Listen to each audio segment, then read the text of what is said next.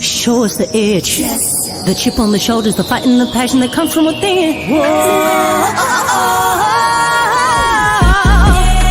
Try to win on every level, yeah. Expectations high, gotta show 'em you can fly. Play harder, better, smarter, baby. Put the league on notice. Show me the edge, yeah. Play with the edge, yeah. Show me the edge, yeah. Play with the edge, yeah. Show me the edge, yeah. Show me the edge, yeah, yeah. Whoa, and see the walk of shame enough. Wanna see the walk of winning, time to come up and bring out the outlaw. Don't every play, every possession. How bad you want it, love you want it all. This ain't a blood of love, built for something greater. Attacking all obstacles, coming for the ring, my precious. You got the juice, the will, the heart, the fire. Show 'em the proof, show 'em that it shall be done. Show me the edge, yeah, yeah, yeah, yeah. Play with the edge, yeah. Show me the edge, yeah.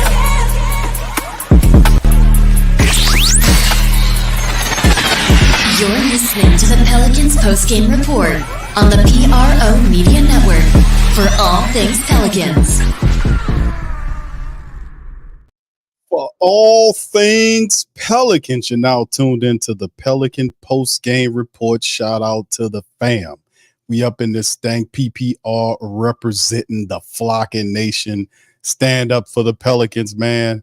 Shout out to the fam. Appreciate y'all for being in this one. And this is the Pelicans 2024 draft recap stream. Of course, the Pelicans did make a move to climb back up into the draft. To get a very good player, man, to be honest with you. Reeves is a baller, man, did a really good thing. So the Pelicans basically got back up into that thing with the Magic trading the number 47 pick to the Pels for two future second round pick swaps, which is 2020 and 2031, according to the source. So the Pelicans jump back in that thing, man. So shout out to the fam. Appreciate y'all being in the stream. Please feel free to hit the like button, hit the subscribe button. And by all means, feel free to share your show on your social media feed. Hit the link if you're on Twitter or X, retweet us, Instagram, give us a like, Facebook, same thing. Shout out to the flock. How y'all doing tonight, fam? Hope y'all doing pretty good. Big ups to everybody, man. Good to see y'all as always. Pelicans, NOLA, Young City 9. Shout out to you. Good to see you, Michael. Shout out to you. Good. Appreciate you. My brother Kai's in this thing. Shout out to Kai the Great. Big ups to everybody, man. What's up? Brother Moses in this thing representing as well. Good to see you. Just add A. Davis. Shout out to you, fam. Appreciate you. Stephanie, shout out to you as well. And of course, I dropped a poll in the Pale chat, man, for the family members to kind of get your vote on, man, and see what you guys. What's up, Frosty? I see you, fam. Frosty 504. Shout out to you, fam. I see you, man. Appreciate you for being in this thing as well. All right, so fam, what's up, Tasha? Shout out to Tasha. She's a Spur girl, but she always rep the Pels, supporting the stream. Shout out to Tasha and my dog Sean. Big up to y'all, brother T in this thing as well. Oh yeah. And yeah, the fam is in this thing. They already hitting on the poll, man. Y'all hit it in. It looked like, man, we just put it up and 62% of the vote is dominating the poll right now. And that's a B grade, giving the Pelicans a B. Now the flock was in there and they feelings. What's up, brother Kendall? How you doing, sir? Appreciate you. 504 Doc, I see you. But, you know, people were kind of upset. And man, listen, it ain't over with, fam. It's not. Shalom, brother. Good to see you.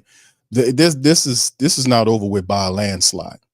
But it's just it's just the David Griffin card last night with him at the press conference, giving so many conflicting comments, man. And that within itself deserves its own stream to kind of dissect from what David Griffin was basically saying during the press conference last night, where he was talking a lot of stuff, man. And like I said, I promise y'all, if it's not tomorrow, that's Saturday, over the next 2 days, we're going to just really dissect that thing. And I know they'll probably have some more interviews that they'll roll out between now and then. But boy, that press conference last night after the first round with Bryson Graham, not so much him, the brother is, starry eyes. He's made, that was a life ambition for him to become a general manager, and he accomplished that.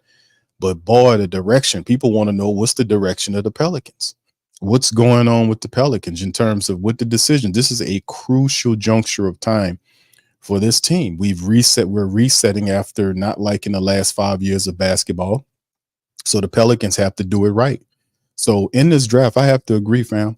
I would give the Pelicans a B grade, just like you guys. It's not an A, but I would give it a B grade because they did accomplish two things. They did get a rim protecting big that's athletic, that can run. You got to work on his offensive game, but he's an offensive rebounder and he'll dunk on your head, but not much on the shot. But what they're saying is he's willing to work and put the work in to develop whatever they need him to develop. And that's positive. That's the word we've been hearing on Messi. I've been doing a lot of research outside the draft stuff and just to the mindset of the player. And boy, they talking a blue streak about positivity about Messi. And we knew he was a solid kid when he coming out of the draft in terms of what he did at Baylor. Is he the right player right now for the Pelicans? Well, they wanted a rim protector, and he'll do that for you. He'll run the floor really well. He's defensive minded foremost out front of everybody else, and that'll get him playing time with Willie, because Willie loves that. So anyway, let's get into this article. Shout out to our beat writer, Rail Wright, who does the Pelican news for us on our site, thewhothatdaily.com. So if you guys don't know, please feel free to kind of go over there and subscribe, man, to thewhothatdaily.com. As always, big ups to Kevin. Good to see you, fam. Shout out to you. Thank you, Kevin. Kevin Byers, shout out to you. All right. But yeah, this is the thing we're going to go over here, man. And listen, it's not over with, fam. We have a lot to do. We finally got through one leg of this thing, which was the draft. Now the next thing is what happens with Brandon Ingram. What happens there? Because people ask me, Q, hey man, if Brandon, David Griffin came out and said BI doesn't want to go, but it's economically, for lack of better words, not feasible to be able to sign him at a $50 million. I would mean he have to take a pay cut. But listen, any money, unless it's a severe pay cut, that gets in the way of Trey Murphy III. It really does. So listen, bro, we done crossed the threshold here, and of course, could it be something worked out where I just don't see it, man. Like we've had enough opportunity to see BI. I know we love BI. I love BI. I think BI is tremendous, just terrific. But we done ran our course with this thing here. And of course, we know Zion obviously is the future. CJ McCollum was a guy that was supposed to be brought in to kind of help Zion and BI get to the next level in the playoffs. And he disappeared to hell in the playoffs. So if BI is on a trade block, CJ McCollum should be behind him and gone, because we need to free up that money. We need to get CJ off the books with that 33 in the third. And listen, no disrespect to CJ McCollum with the 3-pointers during the regular season disappearing in the playoffs.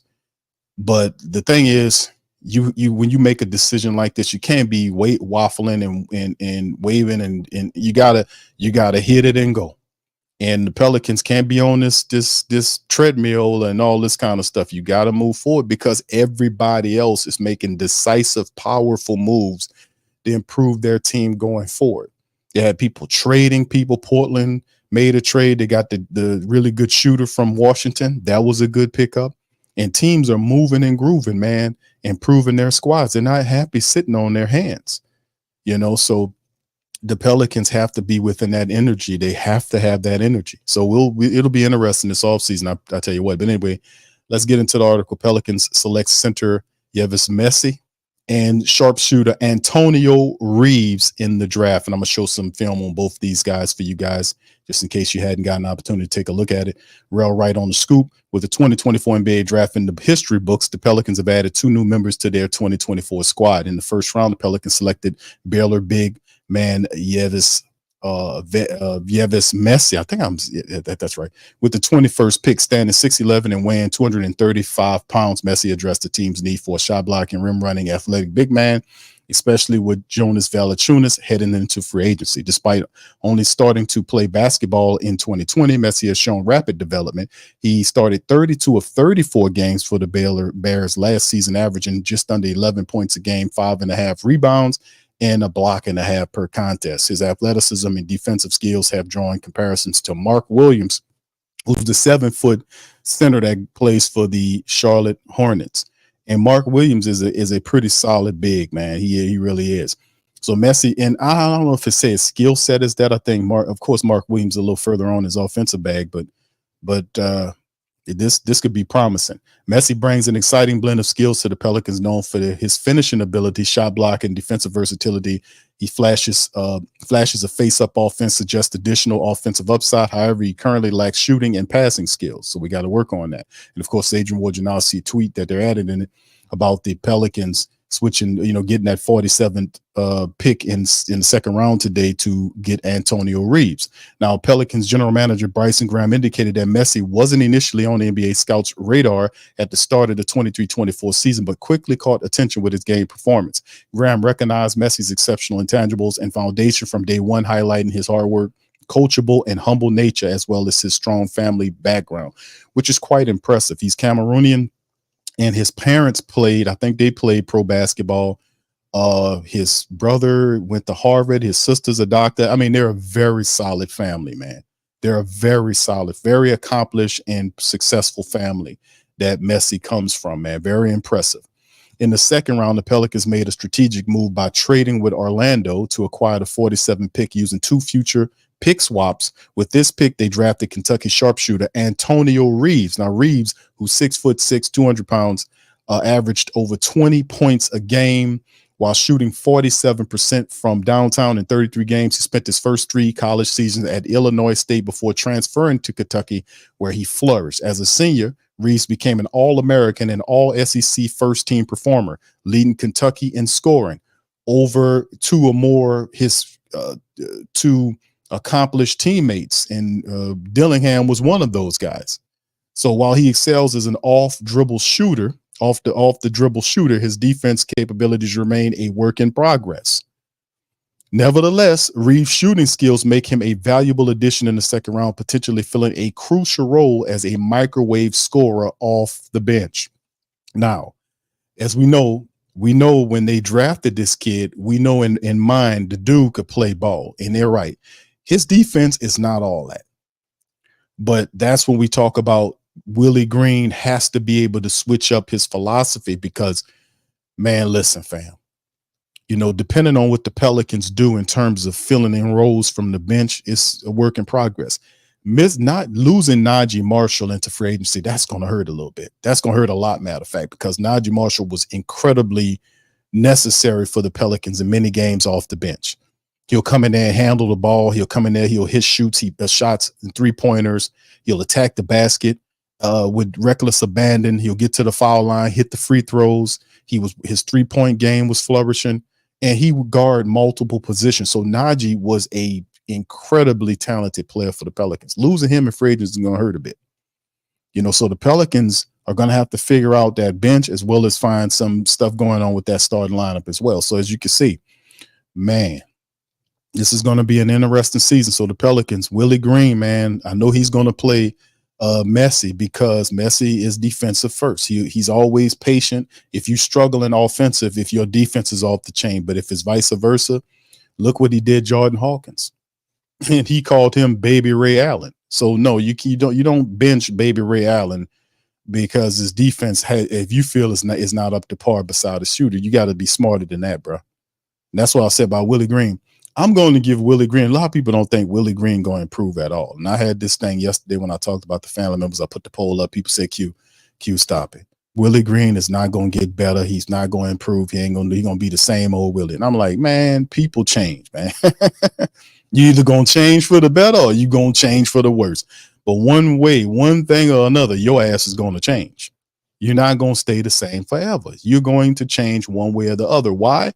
Because the NBA is changing. All around us is changed. You can't stay the same while everything around you is changing. Now, you could be stable, but you have to be flexible. And that's something that he's going to have to learn as he's approaching his 4th season in the NBA. But anyway, let me kind of jump to it, fam, and give you guys some of this stuff about Reeves. Here is a let me put this on screen for the family members to show you. Reeves, man, this kid's a absolute, and you can see right here. Let me see if I can make that a little bigger for the family members to see him right here.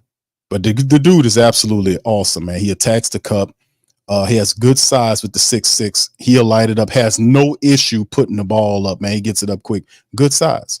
Like I said, like the size. And like I said, the dude is awesome, man. He's also awesome player. This was a very solid pick by the Pelicans. Now let me give y'all guys some of the background ground on Antonio Reeves as the stats play here, or the highlight play. His strengths, according to the post-draft analysis, is a dynamic scorer who made 45% of his three-pointers last season, ranking among the most productive and efficient scorers in all of the country. As a fifth-year senior at Kentucky, his weaknesses: at age 23, he lacks the physicality on the defensive end and is not much of a playmaker or a passer, according to the report. Now, the verdict is Reeves might not be the most versatile two-way player, but he was a diverse shot maker as there was as any in college. There's an obvious niche for him to fill as a bench scorer, and he could have some upward mobility if he can find a way to hold his own defensively, especially off the ball. Now, the post-draft analysis said this pick here, the Pelicans traded with, of course, we know with Orlando. New Orleans sent 2 future second-round pick swaps to the Magic to move in and select Reeves, a quality long-range shooter who helped his standing among teams with a strong pre-draft process. The Pelicans value Reeves' skill set and will aim to develop him into a useful role player and depth option. So that is the draft on this kid, on Antonio Reeves, 6'6". Some say 2, some say 190, out of Kentucky. Very interesting. And this, like I said, I'll give the draft a B because it does fill some needs here. Let me put some stuff up on here because this dude here, man, look at these statistics, man. These statistics, my goodness, let me get y'all on the big screen. Look at this. Now, as you can see, his last year with Kentucky with Dillingham, and I forgot the other guard they have on the team there, but he played 33. Reed. That's right, Reed. Thank you, DC. Reed from who went to the Rockets. So yeah, with those two guys went in the first round, this guy was the leading scorer. He was the guy that was the leading scorer on the Kentucky team. In 33 games, this guy averaged 31.5 minutes per game. He shot 51.2% from the field. He shot 44.7% from downtown, almost a 45% three-point shooter. He's an 86.3 free throw shooter. He shoots 86.3%. So from downtown, almost 45%. From the free throw line, 86.3%.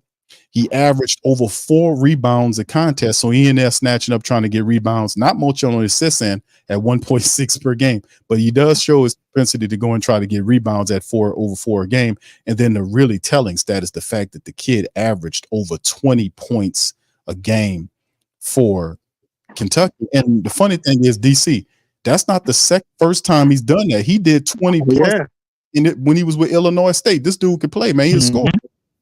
Go ahead. What you feeling? What you think about the draft, DC?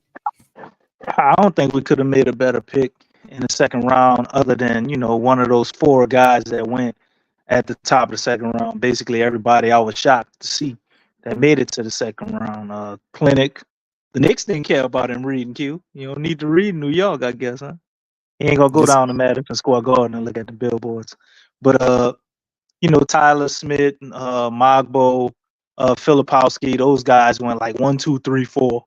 And after that, I wasn't familiar with this guy, man. And it's crazy because I watched a lot of film on Dillingham and Reed Shepherd, and it never jumped out to me to check out number 12. I did see him a few times, getting assists and stuff, or hitting a spot up jumper. But when you really go look at his game, man, not only, we look at him, some people say he's possibly the best shooter in the draft. You got 4 or 5 guys you usually hear that about, and they get to the league and you see who's who.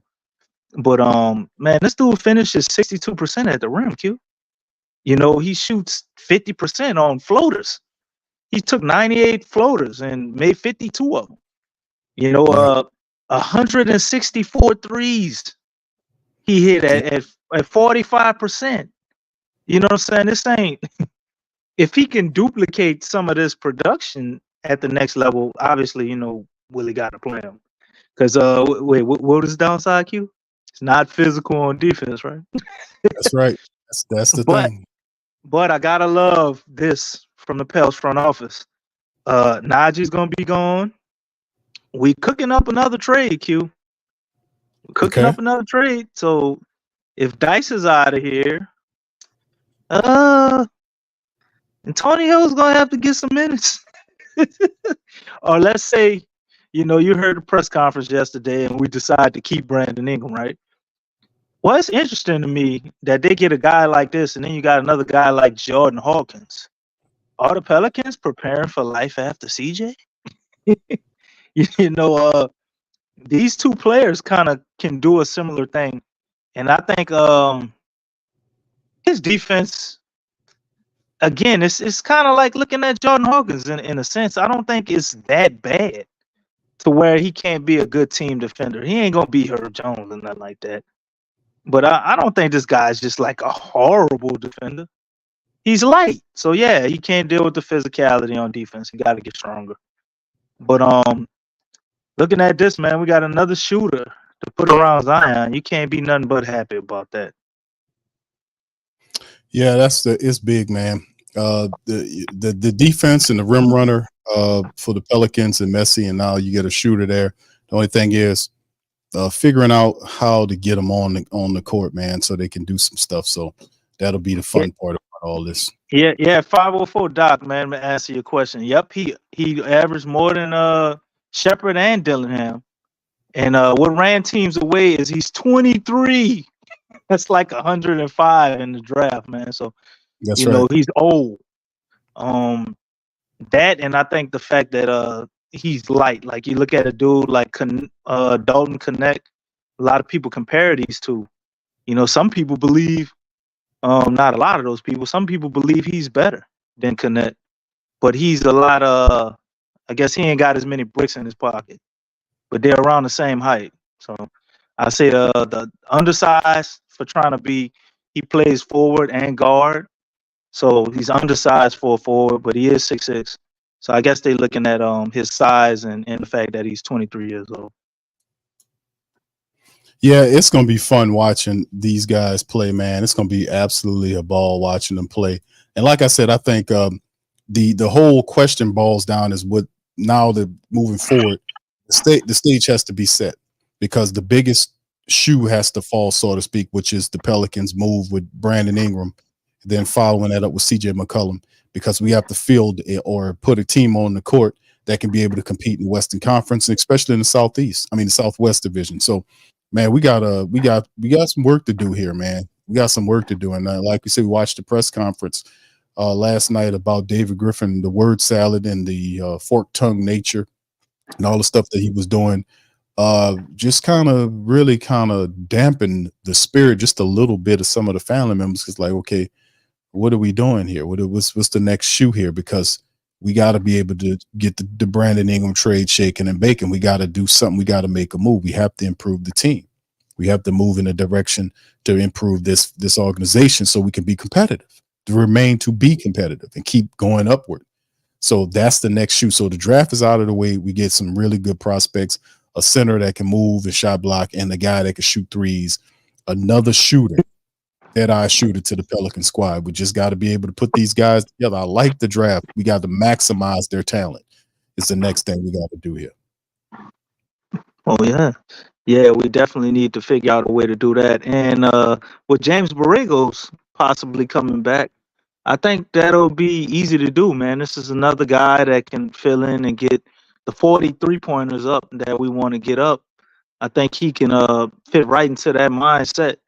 Now we just got to see, you know, what we're gonna do with the big dominoes.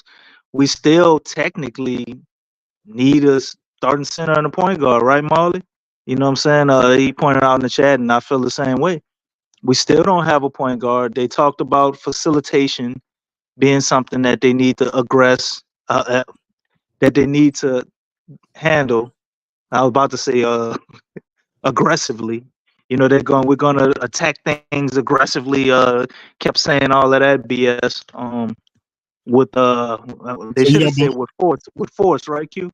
so you don't believe that David Griffin is going to attack and continue to be aggressive in the offseason, DC? Well, I mean, the offseason has already kicked off and it ain't been aggressive yet. This is the most aggressive move we made, which involved us giving up 2 pick swaps in 30 and 31 to Orlando for a second round pick. That's if you call that aggressive, Q. I mean, we have to make a trade. So, I mean, him pulling off the BI trade, if he doesn't swing for the fences and get a big name, would we really say it's aggressive? What are I they gonna mean, sign a big name free agent with no money? well, he said aggressive, and then that's when he originally Fairly aggressive, Big Q. then he changed it in the press conference last night. So at the end of the season presser, he talked about being aggressive, and then it became fairly aggressive. So I guess that's a degree or two less aggressive than what we initially anticipated. Well, that's being aggressive, sitting on your hands. So you sit on your hands and you do everything you could do while you're sitting on your hands. Yeah, That type of aggression now. What's up, brother Hakeem? How you doing, brother? I know. Let me tell you, DC. That body language that he showed the other night, that wasn't very encouraging. But it's a lot of pressure on him because you got Bryson, new GM, so he has to. And David Griffin's a micromanager anyway, so he has a lot to do. We got to move along. A lot of people don't think that the Pelicans are going to trade BI. I think they eventually will trade Brandon Ingram. Now when, I don't know. He don't have a choice. He have to trade him, but like you said, he doesn't necessarily have to trade him right now. I mean, he can trade BI in the middle of the season. He can trade BI after the season and get him to sign a contract. You don't know, but you don't want to run your stuff. You don't. I look at it. You're saying that's an option. I get what you're saying. Yeah, I look at his body language, and I wonder, BI is David Griffin's guy, man. If we're being honest, he's handed the team to BI over Zion. He constantly, put him in that place. So maybe he's coming to the realization he has to trade BI, and he's sad about that. Well, feelings don't have nothing. I love he get with people, man, and he just gets fixated on stuff. And yeah, but man, come on, bro. I mean, this is business, man. I mean, if he loved him that much, then he wouldn't have fret about paying him anything. It's business. We have to move forward. You give it a time frame. We didn't go where we needed to be. It was a lot of injuries, and the reason why he was more inclined to because BI was there more. I mean, Zion missed a lot of games, and during that time, Brandon Ingram was on the floor making plays, scoring, and doing that. So I think it grabbed the team. First option gravitated to him because all of the time Zion missed. So I mean, now and then he gets this extension that I don't think he deserves. I don't think he deserves that extension. But boy, people see as he goes forward in this next few years, it's no doubt about it. Everybody's focused on him. The pressure is on. It's on him. They're not looking at Bryson Graham saying, Bryson, if you don't get this right, you're out of here. Or Willie Green. He can't do that because the general manager he brought in here is gone. So you got a new one. He had 3 coaches in 5 years, and this is the 3rd coach. So it's all on him, and he feeling that pressure. You better believe he feeling that pressure. You watched that press conference last night. He feeling that pressure. Yeah, he definitely is, man. And then when you probably got insider information about a bomb that dropped today, when you're looking at Brandon Ingram's contract, Jamal Murray signed with the Denver Nuggets for guess what? How much, Q? $208 million. Who would you rather have on your team, Jamal Murray or Brandon Ingram? You can't justify paying BI with Jamal Murray, and isn't Donovan Mitchell in the same ballpark? Like, he's not on that tier. You can't justify paying him there. He's on more on the DeJounte Murray tier. Although I think he's a little bit better than DeJounte Murray, but they're different players. So that where one is good at, the other one isn't necessarily. But you can't put him. You can't put him in that stratosphere. And Bi is probably dead set on getting that $52 million. So yeah, he's there, DC, and I agree with you. I don't think he's backing down off that. And I know he wants to stay here, but they're not gonna they're not gonna pay. And the decision has already been all but made, and it's just a matter of time before the trade is pulled.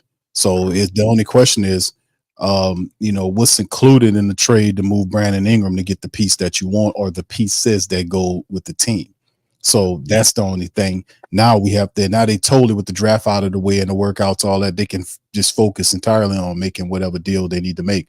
Brother Barry, shout out to you, Barry. Good to see you. Say, what's up, Q? I listened to the press conference with Griff and his GM. I had more questions than answers. He says, Q, I'm still scratching my head about the offseason moves.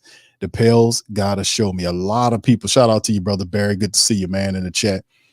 You're right, bro. We were watching that and we live reacted to that because when that press conference played, we piped it right on in and we were covering it, watching it while it was happening. And yeah, you're right. These reporters that we have down here, man, they get some of them give some good information, but my God, they don't have much of a backbone. No real tough questions. Now the Saints people do that. That's two people largely that really give you the questions that we want to know. That's Triplet and Underhill. If we had a Triplet and Underhill with the Pelicans, we'd be all right. We don't have those guys over there. We got like corporate guys, like corporate line towing ass guys. They wouldn't dare approach a difficult question on no David Griffin because he ain't hard to rip apart. He basically made a toilet paper. I mean, his lingo is totally it's repetitive, it's redundant, and it's totally general. It's all general spiel with no specifics of how we're going to do this, how we doing that, what's the vision for the team. Talks about a vision, but we don't know what the vision is. Oh, we've been building a sustainable organization. That's all fluff talk, bro. When this dude get fired from here, maybe he can go pick up a job with the United Nations because that's how they talk in their documents. Sustainability, all this nonsense. But to end good human, how many damn times last night he said good humans? I mean, the dude stuck on the good human lingo. I mean, he said like a dozen times last night, bro. We understand things from a human perspective. We understand the human side of things. I think that's what he said. Last time I checked, we're all humans. Okay, that's apparently not, Big Q. Well, I'm saying David Griffin don't want no aliens on his team, bro. And maybe he does if they're good. If you get good human beings and good aliens, there you go. All right, so yeah, that's interesting, man. All right, Strider says Bi is probably not going to feel the same with his name is being talked about for trading pieces. Yeah, the only thing is, what is the and that's the thing. Now we're moving forward. Now we talked about like the recap tonight with the draft guys, DC. Let's kind of get to that before we kind of go back into the David Griffin thing because we'll have plenty of time for that as the season progresses. But in terms of the picks that we got tonight, which is, actually over the last couple of days with Messi and now Antonio Reeves, we can, and it depends, because you can see Messi as a guy that maybe he starts for the Pelicans. We know Jonas Valanciunas is heading into free agency. We know Cody Zeller is heading there. So the Pelicans really don't have a center on the squad. So I guess right now, Messi, as a result of no centers being there, he's obviously, if you're playing basketball, he would be your center. So I don't know exactly what the plan is, like if they're trying to just get the point guard and then another guy, because I'm saying that it seems like something else is going on. It's not going to just be one player. It's going to be two players or something like that that'll come here. So it just, we have to work it through. And then the CJ McCollum thing, kind of festering in the background with him and people, we want to get him off the team and all that kind of stuff. Let's just talk about how Messi and Antonio Reeves could be potentially used in the Pelicans rotations coming up. Did you hear that? Yeah, I was thinking about what you said, man. I think Messi, man, we got to see what else they do with bigs because, like I said, Q, I'm gonna be honest. I like Messi. My reason for being down on him is because we don't have a point guard. I don't see offensively how he stays on the court without um somebody to get him easy looks and kind of set him up. And along with that, kind of help walk him through the game, man. You're gonna have somebody pointing the spots. Hey, man, you need to be here. Like he's not gonna know everything. This dude only been playing basketball 3 years. We see how that works out with Jackson Hayes, man. And when Jackson Hayes started off here, he started off with Lonzo Ball and we had Drew Holiday here, helping him work through some things, getting some minutes. We ain't got nothing like that right now. So until I see who we got point guard wise, I wouldn't expect a lot from Messi, man, unless he just has to play out of pure desperation because we ain't got nothing else. But Reeves, I think Reeves is pretty much plug and play. Like you put him out there, as in that Najee role, possibly. Well, Dice probably would play the Najee role, so he'll have his own role. Envision whatever minutes you thought Ryan Anderson probably could get if he can't hold Reeves at bay, and Reeves is just balling. I think you would see him and Hawk get out there and find some minutes, man, with the 3-point shooting. Willie, with this kid, I don't think he's going, kid, man, dude, 23, man. But this young man, I don't think Willie's going to be able to keep him on the bench, bro. Like, he's 23. You ain't got a lot of time with him, Q. You know what I'm saying? Ain't like he's 20. He ain't 21. He's 23. He's this is the offensive Herb Jones. This is the inverted Herb Jones thing, man. You got somebody who is very, very good offensively, and you need to help them work on the other side of their game, which I don't think his defense, at least from what I saw, every time I see the man, he getting buckets. That's a good goddamn defense to me. But yeah, be perfect, man. He got a special skill, and the thing is, DC, he gets hot quick. Like he gets these shots up, man. Do he cool off? You saying he get hot quick? I ain't seen him cool off. Yeah, that's what I'm saying, man. It's like how some people dude had a damn near 40-point game. I think this year, man. Yeah, so that's what I'm saying, though. It's a no-brainer. You got to find minutes for somebody like that on your bench unit. We had a prolific bench unit last year, and I think we can be just as prolific this year, if not better, but in a different way. We can be more balanced. So he fits right in. And you know what I like about him, Q? When I'm watching clips on him and people say little slick stuff, or he running up, he getting in their face. Like, this ain't no, he ain't the back down kind of dude, bro. You see that Chicago in him. You know what I'm saying? I like his attitude, bro. I like his attitude. He seemed like he up for a challenge. And that type of guy, I mean, we need somebody to ruffle some feathers, so to speak, right? We need somebody who ain't worrying about the joy and the mindfulness as much. We need that. Keep the togetherness, but he don't look like he gonna be worried about the joy and mindfulness as much. So I think he finds a way to get some minutes. Working through the season, I say at least 8 minutes a game, 8 to 10 minutes a game. That brother can probably find a way to work in his rotation. Could be more, depending on what happens with this trade. Because if you got to give up pieces, you got to give up Najee. God forbid, you got to give up a Jordan Hawkins to get like a Trae Young or something. He can fit right in that role. He can fit in a lot of different roles. I mean, he's just a flat out scorer off the bench, bro. Who knows? We might be looking at our next 6 man after CJ McCullough. Who knows? Well, I mean, to be honest with you, the Pelicans, they've added some shooting, man. Jordan Hawkins is excited to trade Murphy III. Jordan Hawkins, Antonio Reeves, Matt Ryan's here. So the Pelicans have a barrage of shooting, not to mention Herb Jones is a true 3 and D now. So this is the Pelicans' unofficial depth chart family that we got on the screen right now that they have now. This doesn't have DJ's guy on it. but it does have all the Pelicans that we do recognize. CJ McCollum, Herb Jones, Brandon Ingram, Zion Williamson, Larry Nance, Jose Alvarado, Jordan Hawkins, Dyson Daniels, Trey Murphy III, Yves Missi, Matt Ryan, Antonio Reeves, Malcolm Hill, EJ Lydell, and Uncle Robinson, Uncle Earl Robinson. How you pronounce Jeremiah Robinson Earl? So those are all of the current Pelicans, and of course we do have the G Leaguers, which I guess that would be, Metkovic would probably be on there. But this is currently the Pelican squad right now. So, man, and just hypothetically speaking, if the season was to start with these guys, this current collection of players, how do you guys feel about that? If the season,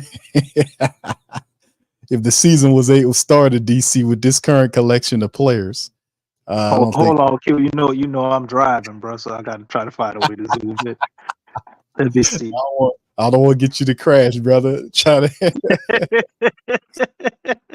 figure that shit out. Hold on, bro. Benjamin, shout out to you. Benjamin says, does the animal Bridges trade raise BI's value or hurt it? I think so I guess we missed some news, man. Where did Bridges get traded, brother? I have to figure that out. You talked about McCall. Got traded. You talking about Bridges? I'm thinking about the other Bridges, man. I'm thinking about the other Bridges. No, I mean, so much has been happening. I thought it was another trade, but I think the McCall Bridges trade helps and hurts. It just depends on who you're looking at getting. If you're looking at us getting off of BI for some picks, I think it helps. If you were looking at like doing a straight up trade with Atlanta or Cleveland or somebody like that, I think it hurts because they're gonna look at their guys the same way you know people may potentially be looking at BI now in the front office. Oh, Mikal Bridges got 6 picks. BI should be at least worth 5. That's how they gonna look at it. So what stops Atlanta from seeing Trae Young the same way? What stops Cleveland from seeing Darius Garland the same way? I think it hurts and helps. It just depends on organization they trading with, to be honest. Yeah, kind of a mixed bag right now, man. I don't know how you would want. I would, optimistically want it to help it because it will give us a better value for BI. But Atlanta, man, like what Atlanta did, you heard they drafted Reshashar, I think his name is pronounced. And a lot of people and they traded. are saying that was a mistake, Q. Hold on, a lot of bad stuff about Reshashar. But they traded Griffin. Yeah, to the Blazers. Right. So what does that mean? So, I mean, like I said, when they picked that up, I was like, it's kind of difficult reading the tea leaves right now. I mean, Atlanta is a rebuilding team, so they recouped a second round pick and something else, and they get to get off some salary. It just seems like a salary dump. They ain't really high on Griffin. They stopped believing in him after he had one good year, and they pretty much gave up on him. So they did give up on him. Yeah, I don't take a lot out of it. How's that fit in terms of, because obviously I think the Pelicans. So you saying they should need another small forward? I'm saying if you want to look at it like that, you're opening up a slot right there. Is that something that could be potentially dealing with BI? Because I think most of the Pale Nation want Trae Young because he's a superstar to pair with Zion Williamson. A lot of people they want that first. So, it's a lot of waffling and wavering going on with Atlanta right now. And what you expect out of an Atlanta organization, it's a lot of waffling and wavering, the Falcons and the Hawks. What you expect for Atlanta? But a lot of movement that, kind of wishy-washy movements. It's hard to kind of put your finger on what's really going on here. But watching David Griffin's body language last night was Either he was tired or I don't know what was going on, but he just looked like he looked stressed because the pressure is on. And this is a perfect segue for Molly's question. Says Q, I have a slight disagreement. I don't see Griff with any pressure right now. Who is giving him the pressure? You are. We are. Of course, he's not getting any pressure from Gail Benson. She's cashing checks. She's the second richest person in the state of Louisiana. She ain't fretting on nothing. Dennis Lauscha, who is signing deals left and right. I told y'all about Crazy Cubes, the ice company is the official. Crazy Cubes, the official ice of the New Orleans Saints. Literally got the stuff on side the bag. The official ice of the New Orleans Saints. So I mean, he's got business deals all over the place. But when it come down to like knowing about the intricacies of how to have a top-notch organization, you need to hire credible people. They're not. He said Griffin basically said that last night. That he said they let us do our jobs and all. So they're not checking for that guy. They're not checking for him. They're not. So the pressure is going to come from where who watches the team the most. It's going to come from us.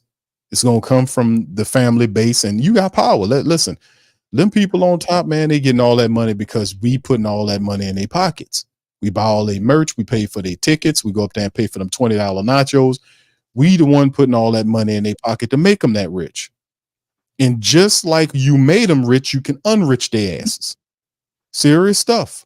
You pay for their utilities in the building. They don't pay no rent on that. They don't pay no rent on the dome or I've been telling y'all that. It's all, they got the documents sealed. All that came out with Tom Benson. Family was suing him when they wanted to crack open the contracts to what he had going on with the state of Louisiana and the city and all this kind of stuff. And he settled with them so those contracts won't be seen a light of day. But you don't have to see. I know what's in the damn contracts. So like I said, man, these people, you can unrich their asses. The pressure is coming from you because if you don't trust and believe in a team, they're not getting that arena. They want a brand new arena so they can make even more money. If you don't respect the family base and the support base that are supporting the team, and you look the other way, we gonna do the same thing. One good turn deserves another. You ignore us and benign neglect and all that type of shit, we can play the same game, pal. And we can play it a lot better than you can.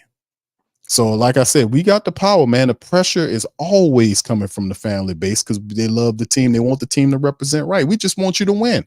And don't come here and lie to us and try to give us some old gobbledygook and BS. We're not going for that. We're not playing that game, man. That's over with. Long over with. We're not going that direction. But yeah, that's where it comes from, Maul. You know that, baby. That's how we do it, man. We got to keep and we put pressure on the reporters too. You know, make them comment on their pages and say, man, you need to ask tougher questions. But that should be the slogan for the season, Q. Applying pressure. Lexxah. Applying pressure. Apply violence. That's Lex. She's gonna tell you. Yeah, let's go. Well, if you apply pressure, let's go. If you apply pressure on somebody's throat, that is violence. Apply pressure and violence. Yeah. Go. There we go. You know what's that, Lex? What's going on, man? Shoot. Apologize for my tardiness. Shoot, I just came from basketball practice. That's all right. It's all right. You know, we all part of the Pels family. You know, we do everything slow. What? No, I wasn't slow, dog. I was coaching in the staff meeting. You know what I'm saying? No, I wasn't slow. Don't get me confused. You was late to the party, just like the Pels getting back in the second round. It's okay. DC, to speak to your your own tardiness. Okay. Yeah, I was late too, Lex. I was earlier than you, but I still was late. I'm coming from basketball talk, man. You know what I'm saying? I'm still driving. It's basketball day. You know what I'm saying? Sure. That's what I do. Like, look, all day. If I ain't talking about it, I'm playing it. If I ain't playing it, I'm teaching it. There you go. DC still driving. There you go. Yeah, no fried pineapples tonight, bro. I can't spike my insulin. That wouldn't be healthy.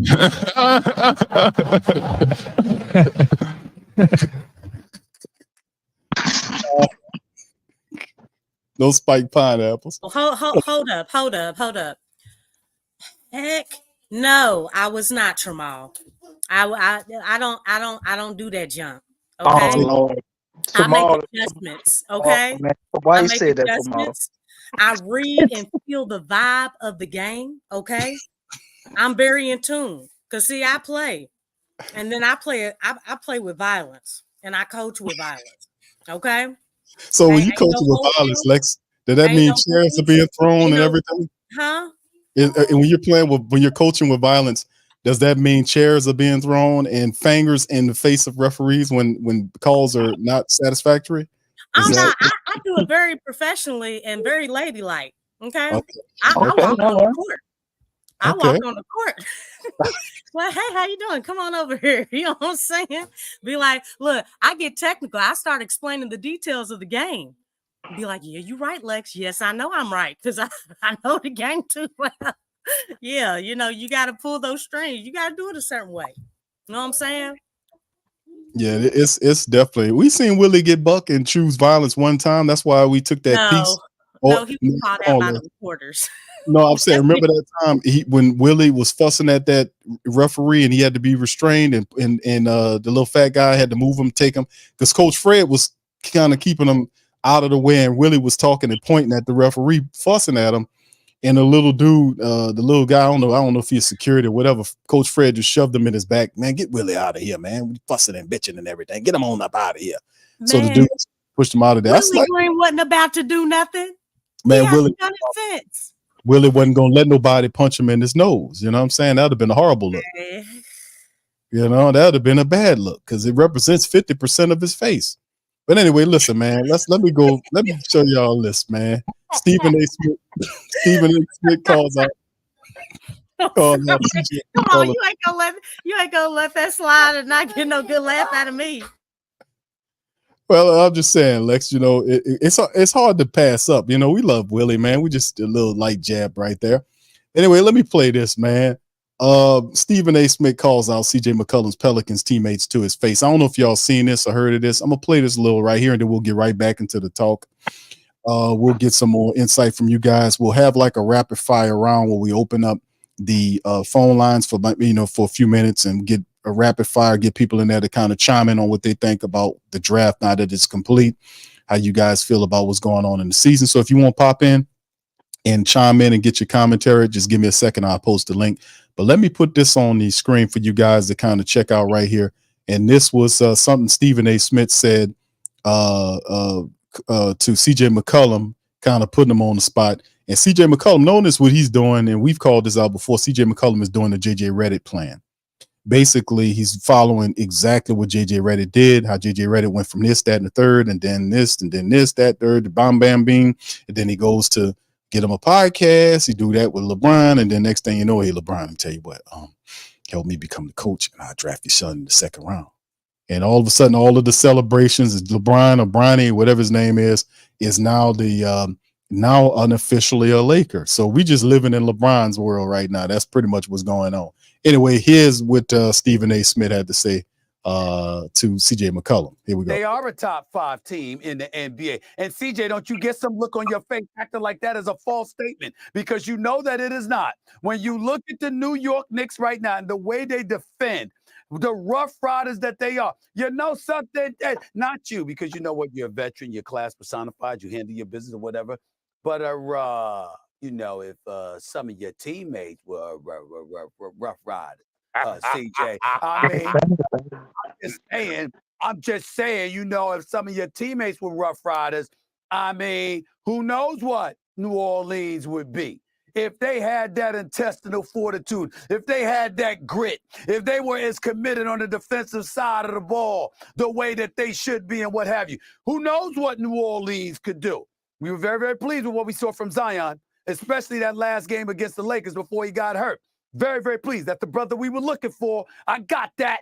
But I'm just speaking collectively, CJ. I mean, when you look at the Western Conference, I mean, there's several teams. And there's several players on your team. I mean, you know, if you could take some of the Knicks and just put sprinkle a couple of those brothers in New Orleans, you would have a better idea of what I'm talking about. Top 5. Perk is right. All right. So that's We ain't gonna play CJ reply. I don't have that part. I'm gonna have to fit. No, You can. it's on Twitter. Well, Follow that. let's comment on that while we doing that, man. Let's comment on that. What we heard from Stephen A. Smith. Am I going first? Yeah, go ahead, Go ahead, Lex. Lex. Stephen A. does have a point. I mean, I he can't does. Yeah. I'm gonna just say this. I mean, because really, he was really throwing it in CJ's face, basically talking about him, because he was one of them. I mean, he was hunted on defense. You know what I'm saying? I mean, we all know that CJ's not a dog on defense. No, he doesn't. He's never had that. That's never been a part of his game.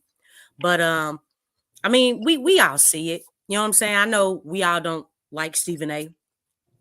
Aside from that, I don't like Draymond, but Draymond had a point. We can still recognize when people that we don't like make points. And the thing is that this team is laid back. We don't have dogs or wolves on this team, not collectively. Herb Jones has done his thing. You know, he's done his thing. He's really showed that he has it in him. Jose Alvarado, he's got a whole lot of it in him. We've seen it from Zion when he really commits on that end. We've seen different spurts, but collectively as a team, they don't all have that. I mean, you look at all the Villanova guys. I mean, they're dogs. They have strong role player dogs on a team because they don't really have a legitimate star, but they have a team full of role players that are dogs. And when you have dogs on the team, I mean, hey man, it's like it's almost like you do have a superstar on the team.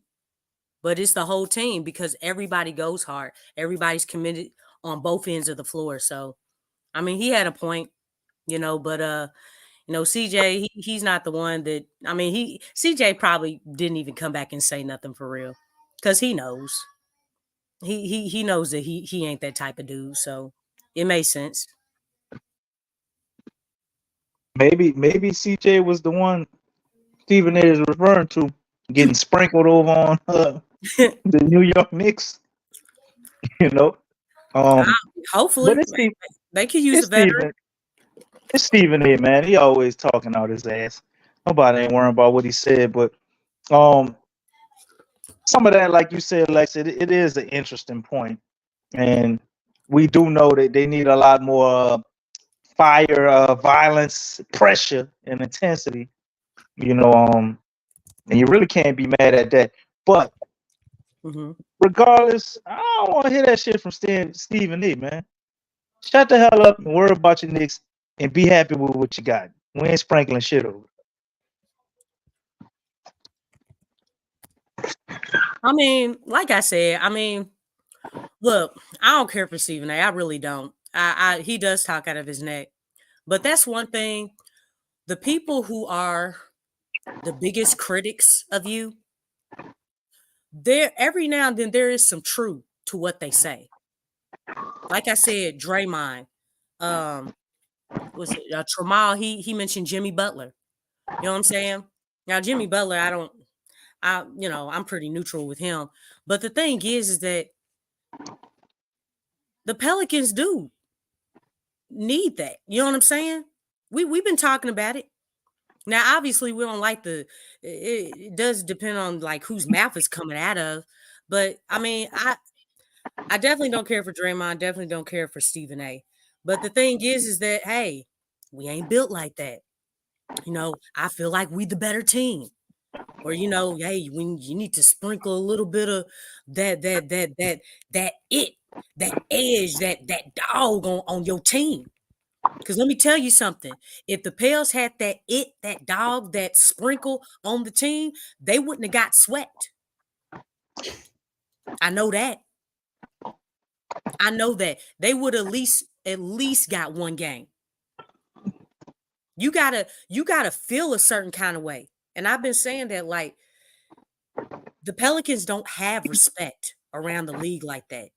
You haven't put any type of imprint in the playoffs at all. So when you think about that, it's like, dog, you got to step your game up. You got to feel a certain way when somebody comes out saying, man, y'all ain't built like that. That has to move you. That has to move you like, dog, all right, yeah, okay. That's just like when you playing street ball.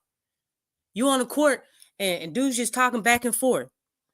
Dude saying, man, you ain't nothing. Man, I ain't even gonna guard you. You can go on and shoot that shot. Oh, for real? It's like that. You know what I'm saying? You got to take things personal. Just like if y'all can hear it and envision it, just like MJ said in his documentary. And I took that personally. That's how the Pelicans need to take some stuff like that. You know what I'm saying? And play with that dog, play with that edge and show it. You know what I'm saying? Hey man, Draymond said the West ain't worried about the Pelicans. That don't bother you that he said that? Oh, I'm gonna give him something to worry about. That's how you should have took that. That's how you should have took that. Oh, that's what he said. And I wouldn't shy away from that either. Respond to that stuff. You know what I'm saying? It's just like if somebody stand in front of you and they spit on you, you just gonna stand there? Be like, oh, you must have just been playing, or and smile and just walk off. No, you probably gonna hey, pull your fist back and punch that person. You know what I'm saying? We don't know what somebody from New Orleans would do, because I don't know where the hell that's at. No, I'm just saying if somebody pushes you, you just gonna stand there and let somebody push you. I ain't letting nobody touch me. You can do all the stuff. So you gonna we can do all the lip wrestling and all that, but I ain't letting nobody touch me. Man, these I'm just saying, like, just show some reaction, man. I'm driving. I'll run their ass over, Q. But you see what I'm saying? Like, it has to be a response, man. Like that. I'm gonna hit somebody over here with my guitar.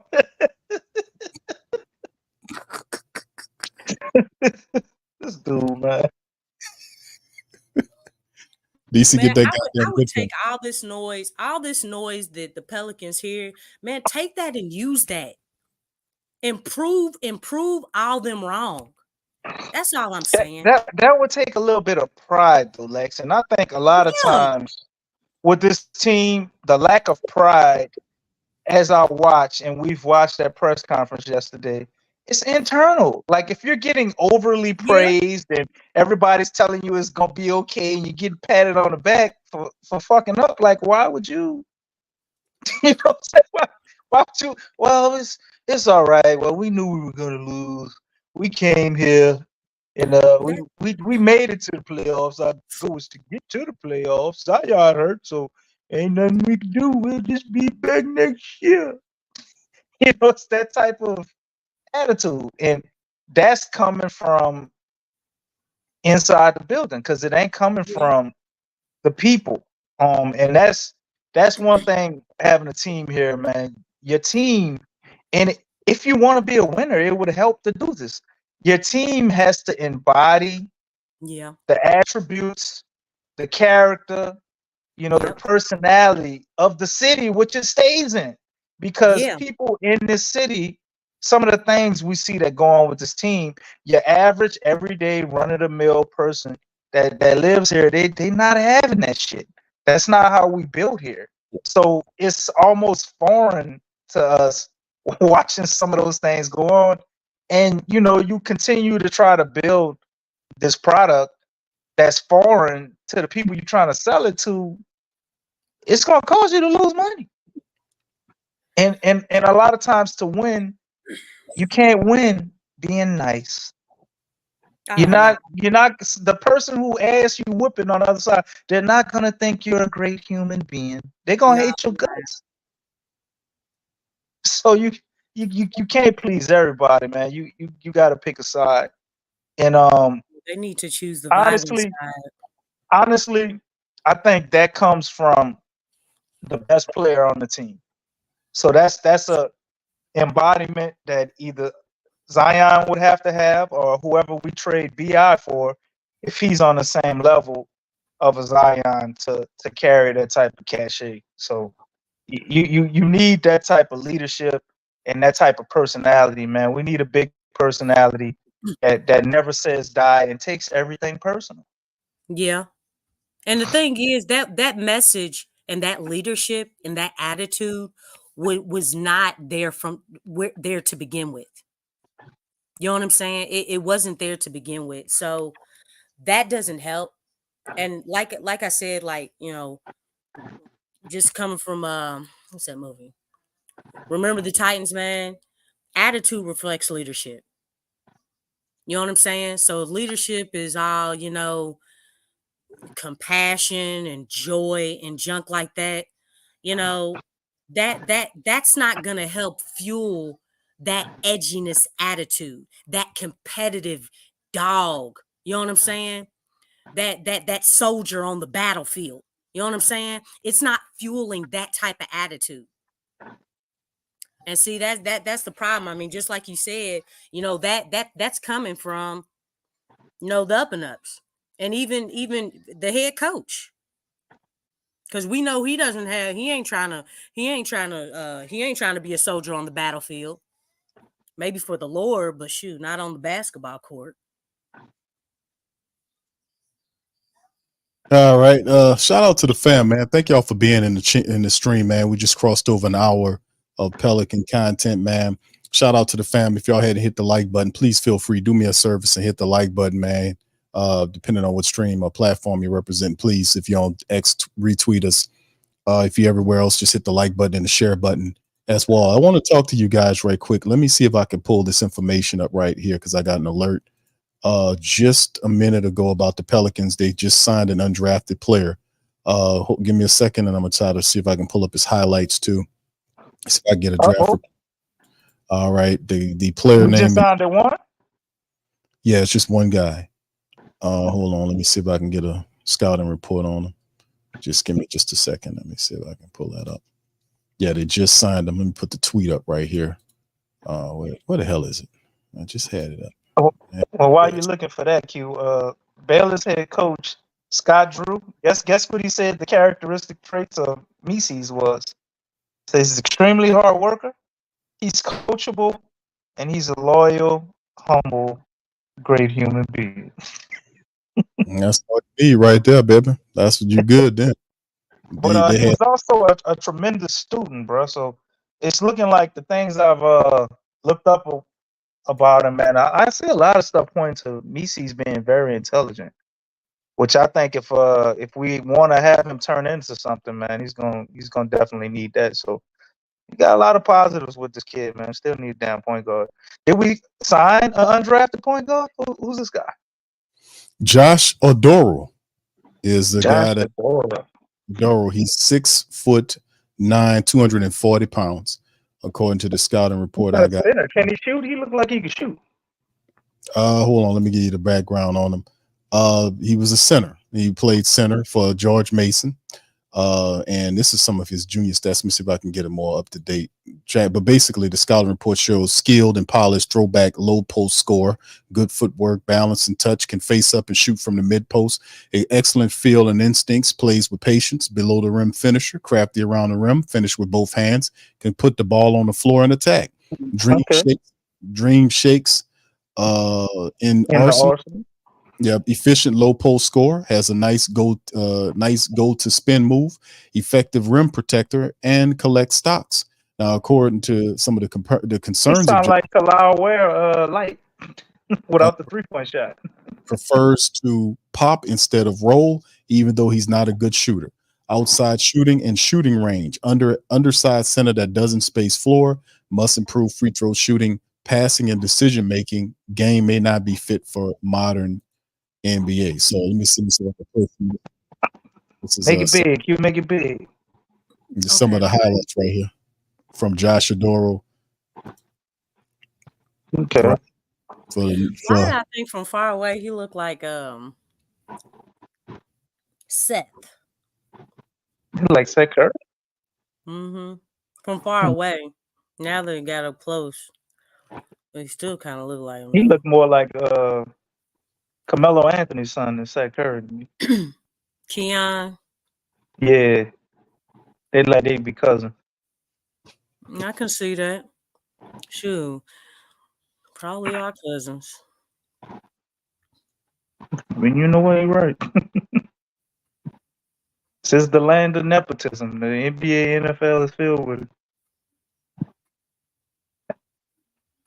So they're just kind of showing you, trying to make the comparative between Al Jefferson. I think that's the comps they're giving him. Al Jefferson and Sengun. That's the one. Yeah, that's what they're saying. They're trying to give him comps on. So Okay. He look all right. He's not very athletic though. He definitely got nice footwork though. So this is the Oh just man, that's he got a nice spin, bro. He got a real nice spin. They told you about it on the scout report that he has that spin and he'll use it. Look at him. Oh yeah, oh I like that. Now this is the new next undrafted guy we've gotten in here. So there you go, DC. He'll be here. He got a nice little game, bro. It's pretty solid for an undrafted dude. But I'm just trying to envision how this translates to our team. I don't. Yeah, that's the thing. I mean, he don't do it's nothing. funny I think we want for us offensively. This ain't how we trying to play. Well, I mean, the thing is when you look at all these prospects and then you go back to how they will be utilized, that's when, you know, the depression starts. That was nice, man. You seen that cue? That was nice, man. No, I'm looking the at up and under. Man, yeah, dude, he got some moves, man. He got a lot of post moves, man. He finishing left, finishing right. Yeah, but he's patient. He got the dream shake. He looking where his opponent and then going to the other side. Yep. Yeah, he got the little. Yeah, he definitely studied a little Ajwan in this game. Yeah, I like the kid, man. Finish with either hand. Yeah, yeah. Do we have some defensive highlights? I think we've seen enough offensively. Offensively, I like him. If he can find a way, They say he likes to shoot. Even though he can't shoot. If you don't play defense. Yeah, I need to see some defensive highlights, Q. I've seen enough offensively. You see what I'm saying? But you see what I'm saying, though? Look, all that look good, but then you go back to, all right, Willie. Dang. Well, he's an undrafted free agent. He's a senior, so I'm guessing he's about 22. 15.9 points, 7 rebounds, 2 assists, 52%. That ain't really all that good for a big man. 52%. Yeah, but last 3 years. Who wants a big man to be in like the 60s, bro? But the thing is, 53% from the field. Oh shit, he's the 81% free throw shooter though, Q. So he might have stretchability. He's definitely working on that shot. Yeah, 82. He started off in the 60s. Yeah, 82%. Averages 16 points a game, 7.5 rebounds. You know, and this is your new new undrafted player, Josh Oduro. 30 minutes though, you got to give me more rebounds, though, man. But I mean, he's only 6'9", so I get it. Oh wait, they got him listed as a forward. We got him listed as a center. They got him listed on the highlights. You know how they can do it, forward/center. Yeah. But one thing I will say is that he is definitely a half-court guy. Right. The way that he plays. And yeah, Willie's not really a half-court guy. Just like JV, you know, Europe in his future. JV is a half-court guy too, for those of you all who didn't know. Yeah. And Brandon is as well. He's more of a half-court guy. So, you know, I just want to put that out there. All right, Gator. There you go, Lexxah. Why don't you go ahead and read this one? Because I think this is an attack.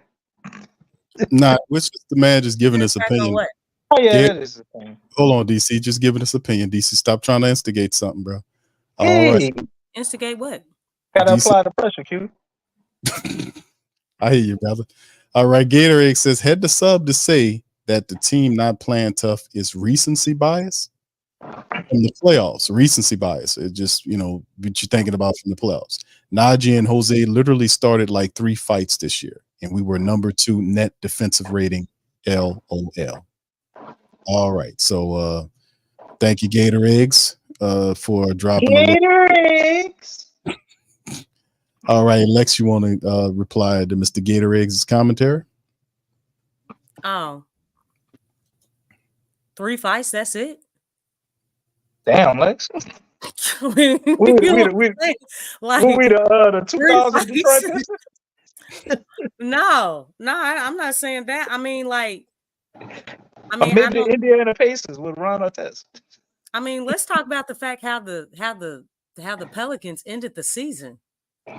You know what I'm saying? Like the defensive rating, all that stuff. Did you see that the last stretch? Did you see that against OKC? Yeah, Everything you're talking about, was that during regular season? It's like, did you? I'm just asking a question. I mean, did you see that? Did anybody see that? Did that ranking? You gave me a ranking, and you said 3 fights. Where was that fight? The last stretch going into the playoffs. You just gonna let a team beat you like 4 times? I mean, I don't know. I mean, if you cool with that, if you cool with 3 fights and having a number 2 defensive net rating, I mean, shoot.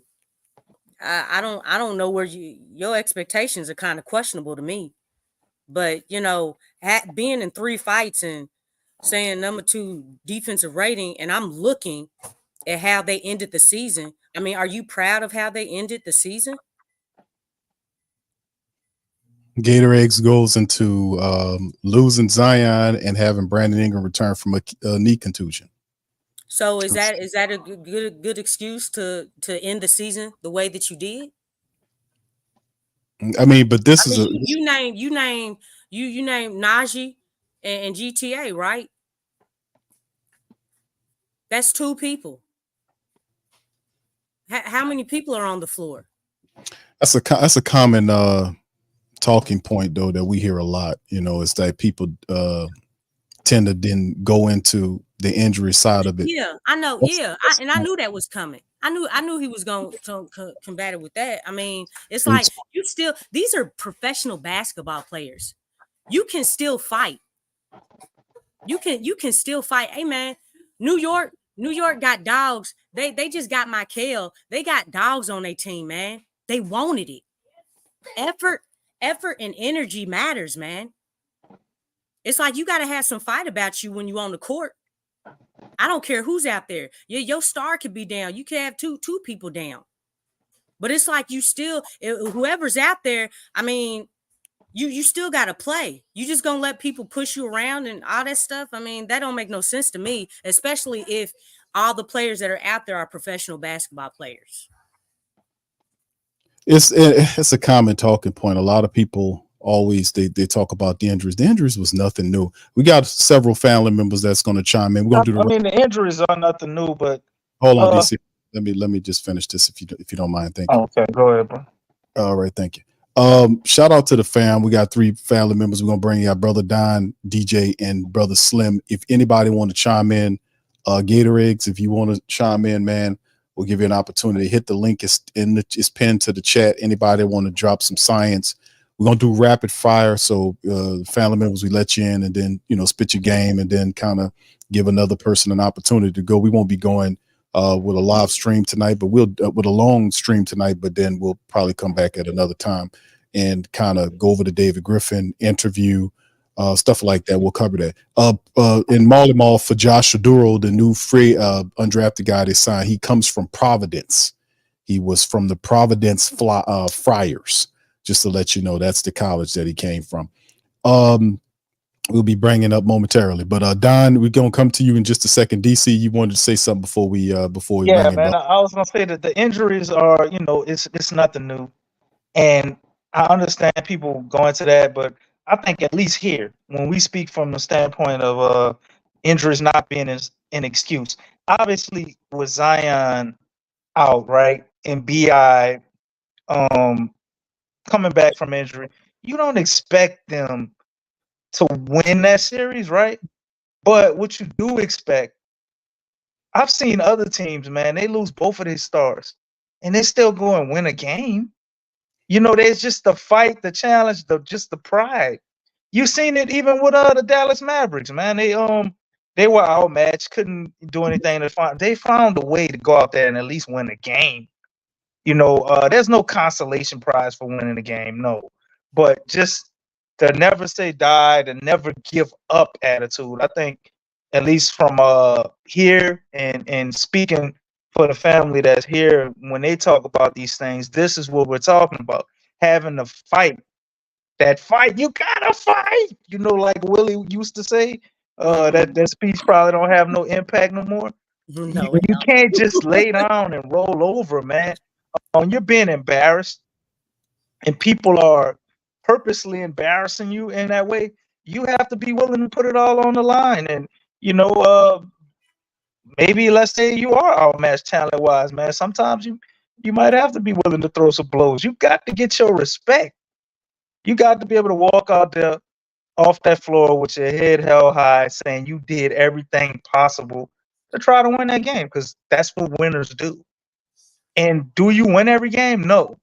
But winners generally leave it all out on the floor, regardless of injuries. Like you can't keep using that as an excuse to quit. So that's how I see it when we speak from injuries and looking at what we saw in the playoffs and talking about them not applying pressure, them not choosing violence. And there's been other times too when the Pels have won and been riding high, and then they just go in there all lackadaisical, just undisciplined, and all smiles and giggles. Nah, man, like you gotta take it more serious. And when you have that love for the game, a lot of people profess, and that pride, it's in your ability to do that. But sometimes, you're dealing with younger guys or teams that's not used to winning. They don't have good leaderships. You may see it some nights and some nights you don't. But generally, when you have everything on the line, you gonna see it. And a lot of times with the Pels last season, we didn't see that. All right. We're gonna Brother Don. We're bringing in Brother Don first. Like I said, we're doing our rapid fire thing. Then behind Brother Don, DJ, then Brother Slim. Anybody want to chime in? Links pinned to the chat. Now is your time, fam. Brother Don, welcome to the stream. How you doing, brother? What's up, family? What's up, family? How you doing, bro? What's happening? I'm doing great, man. I just want to say, it's been real Pelicans, but I'm a Mavericks fan now. I'm a Maverick fan now. Sorry, I'm joking. Damn. Sorry, man. I'm loyal. I I'm loyal. ain't mad I'm loyal to the end, man. I ain't mad Hey, but at I'm gonna tell y'all like this. I bet. Hey, the way this organization is, we lost a lot of fans this year. Trust me. We lost a lot of fans this year. A lot of fans then left us and said, "Let me root for somebody else." I promise you, we ridiculous. I ain't gonna lie to you. we unreal. Like that's kind of like I'm a Patriots fan in football. So luckily I got them. They helped me out. Watching sports. They've been winning. So I seen a winning organization compared to this bullshit. You know what I'm saying? That's just night and day. New England Patriots and the Pelicans is ridiculous. But hey man, we here though. Yeah man. I did. Y'all see, I had the poll up. I put a B in the poll. I feel like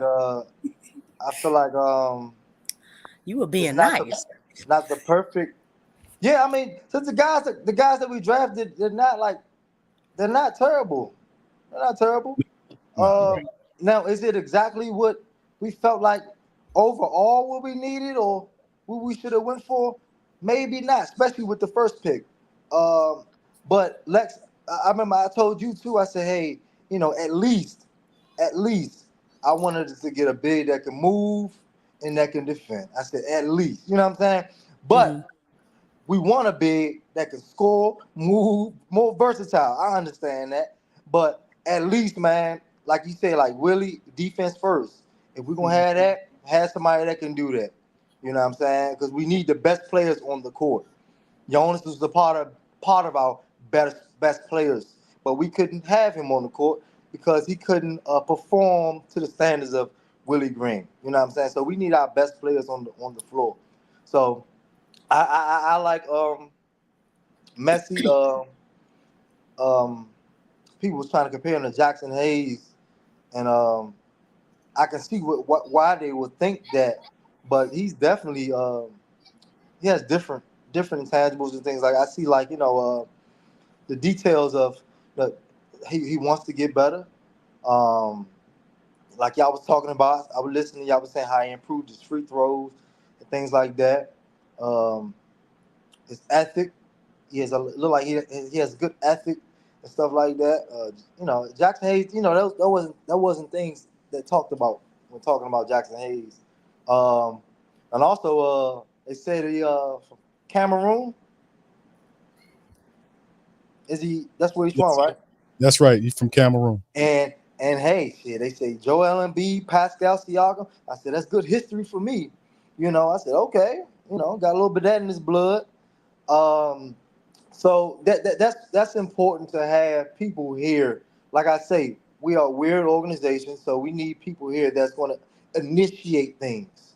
We don't need people here that need their hand held and need to be smacked up the head 1,000 times to do something. We don't need that. Or we don't, what I'm saying, stuff like we don't need that. We need people that's going to initiate something. And it look like he takes initiative in his game and pride in his game and stuff. So that's good. And he's athletic as hell. He can catch lobs. Like you said, DC, I heard you the other day.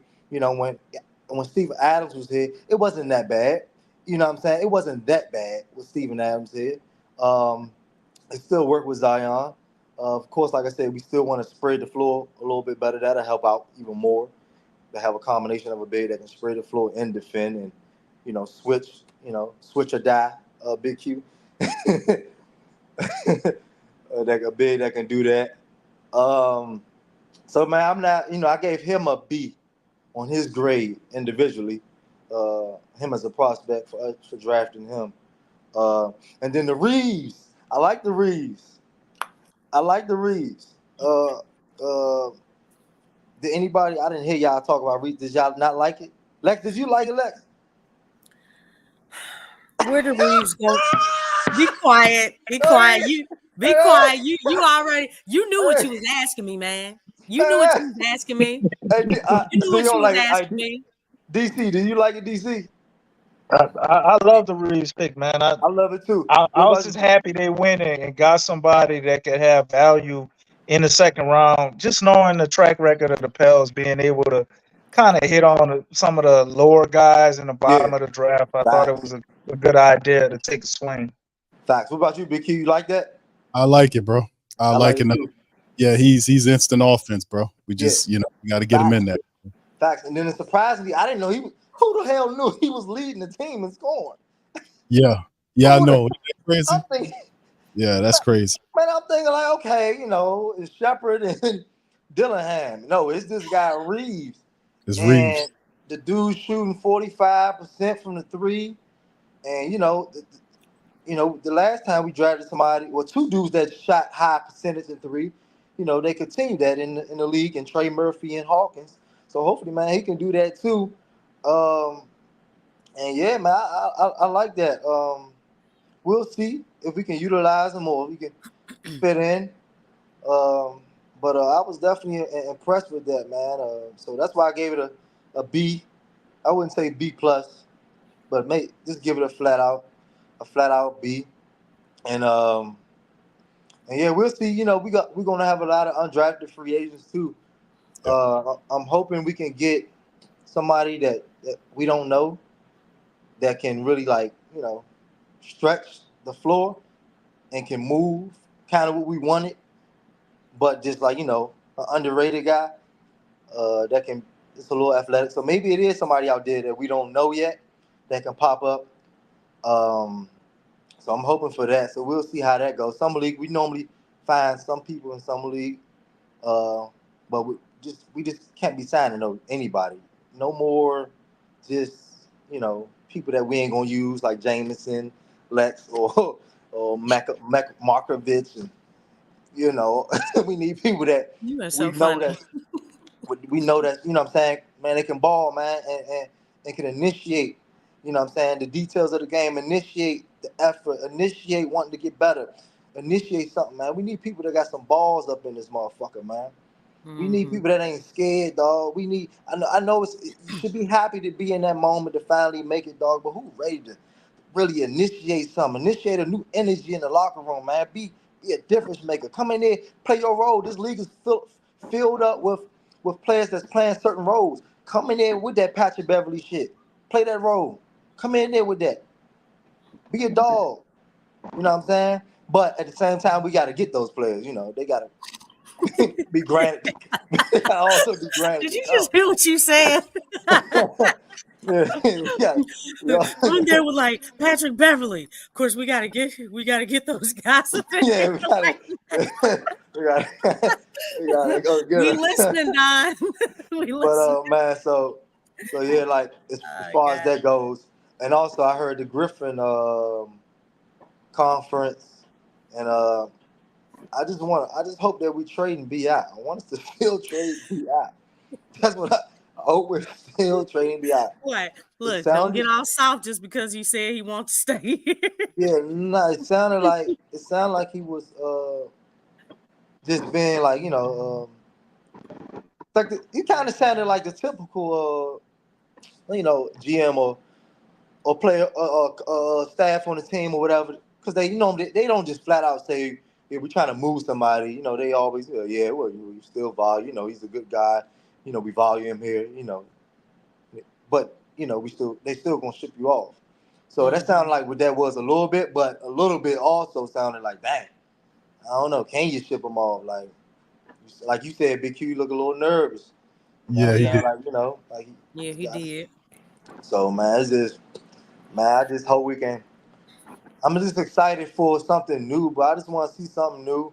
Like I said, my expectations is low, so if nothing happens, it's like, man, it's just I'm gonna just cry, but it's okay. I'm gonna just wait for football season after that. If we don't make no moves, because man, that's all you can do. That's why man, sometimes I ain't saying too much this off season, because dog, we know what it is. It's like we they do or they don't.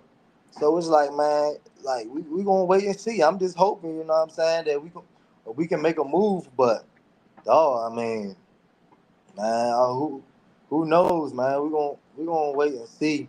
And what y'all think about did y'all have it in y'all mind when we was at 21 to take Isaiah Collier? Anybody had it in mind? You did? Yeah. Well, I talked about Collier, man. Me and DC talked about him on some of the breakdowns we did on some of these players, and yeah, he was a guy that we talked about. But a lot of people said they wanted the Pelicans to take him, and I was like, right, because he was there. It's like, because I feel like he's that type of the eye test, and I think because he was top 5 coming out of high school, so he know he one of them dudes. He know that. So and just like a guy like, it reminded me of Keontae George. I knew about Keontae George. I seen him play. I knew he was a dog. I knew them dudes that know they this great. If they can just get it together, be disciplined, and hold themselves accountable, they're gonna be good. Just like I still think Imani Bates gonna be nice. You gotta look out for them dudes, man. They've been those dudes since they was youngins for a reason. You know what I'm saying? So sometimes it don't be hard to make that decision. You just gotta do it, because dog, Collier, I think gonna be nice. He's gonna be nice. His body type is pretty nice for a point guard, 6'5", and he bigger than a lot of the point guards that's been in the league for a minute now. Dude, like 6'5", 210, up there with Ant-Man almost. How would he fit on the Pels though, brother? Like, well, you got a Zion that needs a point guard that pretty much is on his level mentally, IQ wise, and you need him to be able to shoot. We don't have the time for him to develop a jumper. Yeah, we should have got Tyrese Maxey. We missed that boat already, man. We need a seasoned point guard. Yeah, I feel you, Yeah. but I mean, the draft is about taking chances on talent and stuff like that. So I mean, Yeah, what I'm saying, you're right. we're gonna see. But I feel like I say we're gonna sign a big too. So I mean, they could have went in that direction. Okay, we're gonna probably get one of these bigs in a trade or sign, and we're gonna go with the young point guard or whatever. I don't know, but that was just in my mind, because y'all really don't. A lot of people don't value Missi like that. So it's like, okay, here's another guy, man. That was a potential top 5 in the beginning of this year. He's a potential top 5 pick. So, man, yeah, but I guess if we go 10-8, 10-60 this year, we'll get Cooper Flag. So I guess I guess, I guess that's the next biggest hope. Nah, hopefully we don't have to do that, brother. I hope not either, brother. Be a long season, man, full of a lot of pissed off shows. I tell you one thing. All right, Don, man, thank you, bro, from chiming in as always, man. Don's always representing, Appreciate keeping you, it. man. Oh yeah. Hey, we on tomorrow? Uh, uh, for Friday we might, bro. Hit your notification bell. We'll see how it goes because there's some stuff that we definitely need to talk about as Yeah. well. Reaction to the David Griffin thing. We need to listen to that press conference again. Yeah. That was lightning. Yeah, We we gotta do just that together, man. For sure. right. Good time. Appreciate you, bro. Shout out to you, cuz. All right. He got Right, Don. he got the Yeah. best already. Yeah. Hey, DJ, man, what's happening, DJ? How you doing, brother? Welcome to the stream. What's up, DJ? Hey, how y'all doing? Good, man. How you doing, brother? All right, DJ. So, look, I got a home, but I'm gonna save some tomorrow if y'all doing this tomorrow. I'm gonna try to narrow it down so as it ain't too much. First off, the center that we picked up in the first round, that that's pretty much what we got, and we got our own Clint Capella. It's just simple as that. I'm going with Clint Capella. I'm not going with no Jackson Hayes. We got our own basically Clint Capella. Okay. The pickup that we got in the second round, it was a shocker to me. I didn't think they were gonna do nothing. The guard / small forward, he might be taking a replacing Najee if Najee leaves, or Matt Ryan, whichever one that whatever spot he gonna take. Uh, and then the last guy, I'm going after your neck. This guy, he's an undrafted free agent. Carlo Mekovic, we actually drafted. So I mean, and here's the key part. Carlo Mekovic can shoot the three. He can shoot the three. Yes, he could definitely shoot the three. So, and he's 6'10", I possibly say 6'10". So, yeah, I'm going with Carlo Mekovic. I know y'all think me as the underdog, but I'm definitely going with Carlo Mekovic. You know why? Because he can shoot the three. And he can move. So, with that being said, I mean, he might make the roster with the undrafted free agent. It's a possible, but I'm still going with Carlo Mekovic. And then free agency starts July 1st. So I don't have my intel on that. Okay. All right, DJ, man. Listen, man. DJ, you don't think you go for the underdogs, bro? You think we just think that? Well, I didn't DJ, know he was an underdog. he goes for he goes for the underdog, and that's why. But DJ hits on him though. He talked about when Oh yeah, Najee Marshall first. Najee. Yeah, Najee was one of the main ones he hit on, and a few others too. yeah. And Jose Alvarado, he hit on Yeah, Jose. he was there on Jose. Yep, he was on. So, yeah, so it's a method to DJ's his thought process, man. He hit on a few of these guys, so I mean, he vibing about Carlo Mekovic. Something about Mekovic might be the guy. I mean, we have Messi, and now Mekovic is definitely a guy. He's on the G League squad. So at some point, the Pelicans bring him over to give him an opportunity. So it depends on what they do in obviously now after the draft and trades, and of course in free agency. So that's what it comes down to. Yeah, I'm definitely rolling with Mekovic. I mean, at least we drafted him. This guy who we picked up in undrafted free agent, I mean, he might get a shot. And if so, if he do make the team, they gonna send him to the G League and keep it going. But yeah, I'm definitely rolling with Mekovic. I mean, but at least he can shoot, he can stretch the flow, he can, he could. I mean, I'm definitely going with Carlo Mekovic. I just me personally, I want to stretch big because Zion, he gonna need that. I mean, fuck it. We tried to use JV, and JV he was just too slow. Uh, and transition. I mean, he didn't really hit too many threes. I heard that they was going after Lopez, one of the Brook Lopez brothers.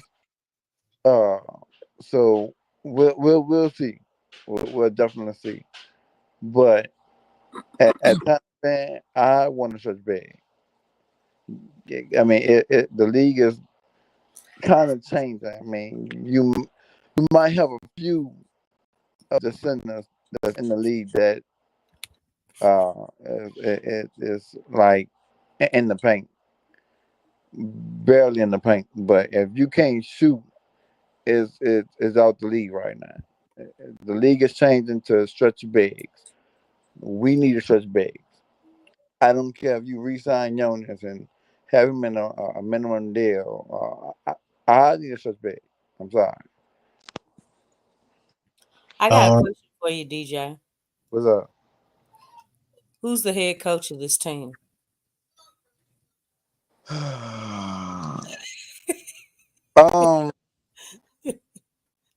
Because everything you're saying is correct. But who's the coach of this team? I'm gonna keep saying it. At some point, he got to play some of these guys. He ain't got a choice. He got to play. I know who the he's yet to do it. Like Makovich is not even in. Like he's not on the bench to be played, let alone the rotation. And I know it's a new season, so they'll probably check him out in summer league. Mm-hmm. But he hasn't had any NBA action, like at all. Is that correct? Has he gotten in any of the games? Any NBA action? No. I know he went to a few games. I mean, just to watch the Pelicans play. But see, that right there is like, I mean, he's not even in the NBA, so to speak. You know what I'm saying? I mean, he's in the, in the G League, but that's not the NBA. But the one thing, and it still remains the same, and based off of the presser with Bryson and Griff, the foundation is still the same. They talked about that. You know what I'm saying? The foundation of Willie's philosophy is defense. And the thing is, yes, he can shoot the three, but the question you need to ask is how is his defense? Because Dyson don't have a lick of offense, and he gets more playing time than Jordan Hawkins. True that. You know what I'm saying? And he's a sniper. So when you're talking about a stretch big, how is his defense? Because on this team, Willie wants to be like, dog, I don't care about your offense.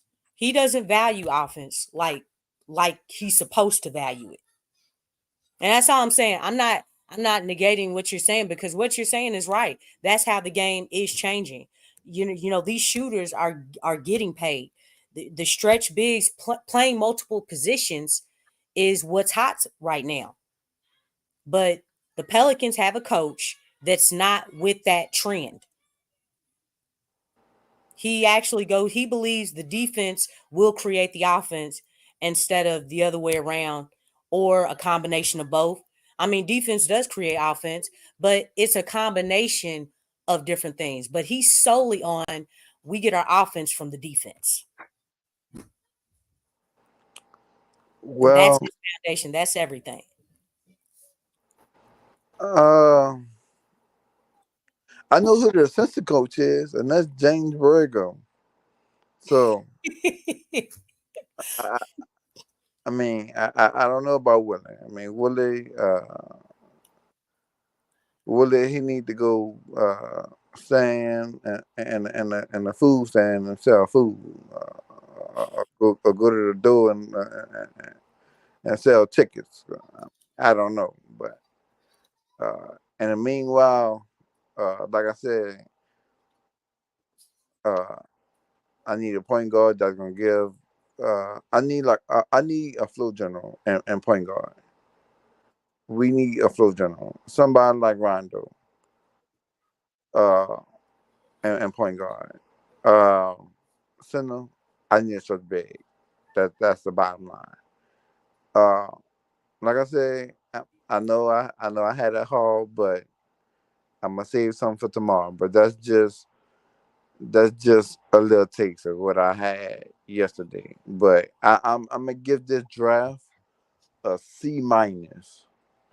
That's because we drafted a big and we got back in the draft and got a guard / forward.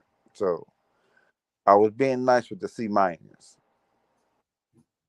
Okay.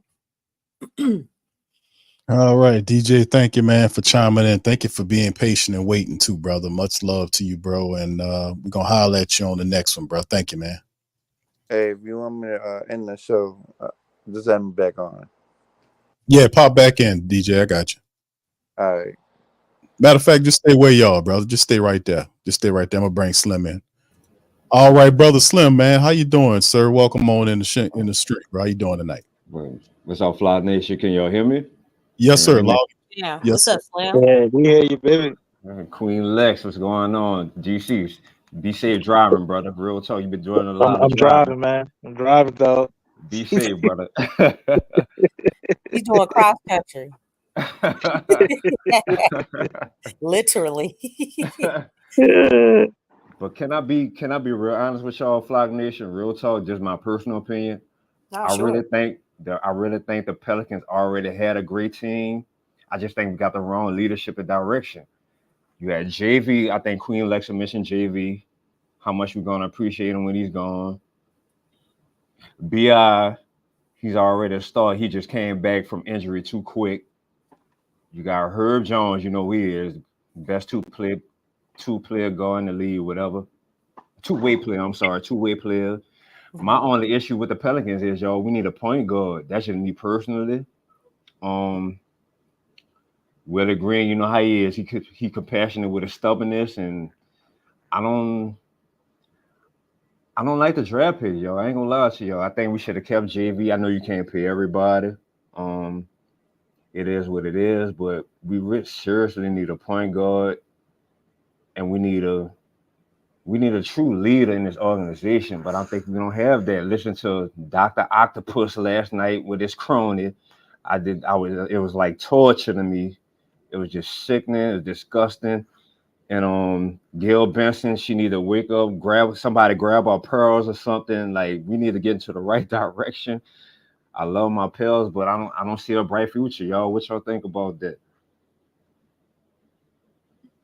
I mean, I agree. I mean, we've been talking about, I mean, everything leads back to the leadership. Everything leads back to the front office. Like, we can talk about trades, we can talk about all these great situations and things like that, bringing in great talent, talent that needs to be developed. But until you really address what the problem is, which is something the Pelicans haven't, because we've talked about the system. The way the system is set up, it's not good. You know, it took them a long time to bring in a physical therapist, something that all the rest of the organizations have. You know what I'm saying? Right. Like other organizations have these blueprints. But it's like, why can't y'all go to their site and look at the blueprint on what they have of the job descriptions and what these people are doing? Like, you have 29 teams that you can learn from. We've heard many a times where Griff has mentioned, talked about the Miami Heat culture. Well, the thing is, if you look at the Miami Heat culture, the foundation of their culture is winning. Not only winning, they work hard. They put in the work. They have regimens for each player, diet plans. You know what I'm saying? It's not just for one player, it's for all their players. And I know because, you know, D Wade, you know, he talked about that stuff. Like, you had to have a specific body fat percentage. Pat Riley does not play. He's very disciplined. If anybody, Antoine Walker, he talked about it as well when he played for the Heat. Like, you like that was something, and that wasn't in the contract. That was something aside from the contract that they signed. And everybody on that team, you know, had to follow it. Everybody. So the thing is, when you talk about Heat culture, it's like, dude, that's Heat culture. But what you're doing here, that's nowhere close to that. It's nowhere close to it. Like, you really have to be all bought in and all in on building that type of culture. And the beginning factor is the winning part. And then you have to understand, well, okay, well, how do we win? Well, you got to get more discipline. You gotta really literally watch what you eat and stuff like that. So, I mean, yeah, I mean, you're right. You know, we can beat around the bush all we want, but until we address that leadership, you know, it's almost like we're swimming in mud. And then that's one thing that continuously hurts, because we keep going back to it. We talk about all these trades. We talk about these players. We talk about, oh, if we move him, or, what can we do with these picks? But it's like, golly, man. Then it comes back to Griff, and then it comes back to Gale, and you know what I'm saying? It's like, look, we're back to square one again. You know what I'm saying? So, I mean, you make a great point. I mean, leadership is a huge part of it. Right, and look, I don't know, Big Q, if you can see, Lil V Man said in the comments, run it back. If we had the right leadership, I think we can at least advance to the second round or further. That's just me personally. Running it back? With JV, Herb, B.I., Zone, I think we could get a point guard. You know what I'm saying? I think if we don't get a point guard, I think we'd be in the same situation. That's what I'm saying. We need a point guard. We're gonna lack identity. We're gonna be all over the place on how we play. The translation from what the coach is saying to what's going on out on the floor will look totally discombobulated. It'd be the same situation, man. And then it's gonna be too much thinking, or maybe forcing it too much to try to do what they know work. Somebody gonna get hurt again. The reason Zion and Ingram keep getting hurt, to me, ain't just because they injury prone. It's because everything they do is hard. They don't get easy shots. And whether you want to call it, you say our offensive design is flawed, which we can say that. But you had a guy like James Borregos, who we know can design a very good offense to create easy shots. We still couldn't maximize that either. So it's a miscommunication, something lost in translation now, man. And for that reason, we can't run it back. Because how do we get a point guard that we can see helping solve this problem while we're shackled by how much we got to pay BI?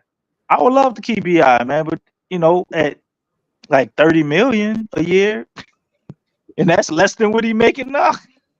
So it's like, how do you do that and get a center. You know what I'm saying? I'm more inclined, I guess, to trade Trae Young thing because I know Trae Young being the point guard he is. If you can find a center like Mises that plays defense, I mean, Trae can get that guy, 6 to 8 points a game, just off of his gravity. And you also got somebody who's gonna run the show, man. We need somebody to run the show until we get that.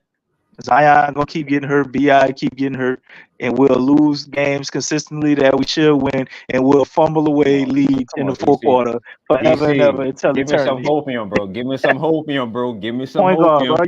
You already got it, bro. You trying to buy it already. Point guard, man. I will say this.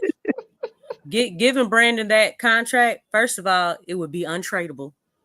You wouldn't be able to trade if you wanted to move him down the road. And then that would I kind of disagree, Lex, a little bit. They just signed a $75 billion deal in NBA, so $52 million today as opposed to a year or two from now, it's going to look totally different. Remember when DeJounte Murray signed that contract for $25 million? That looked like a huge overpay. Look at it now.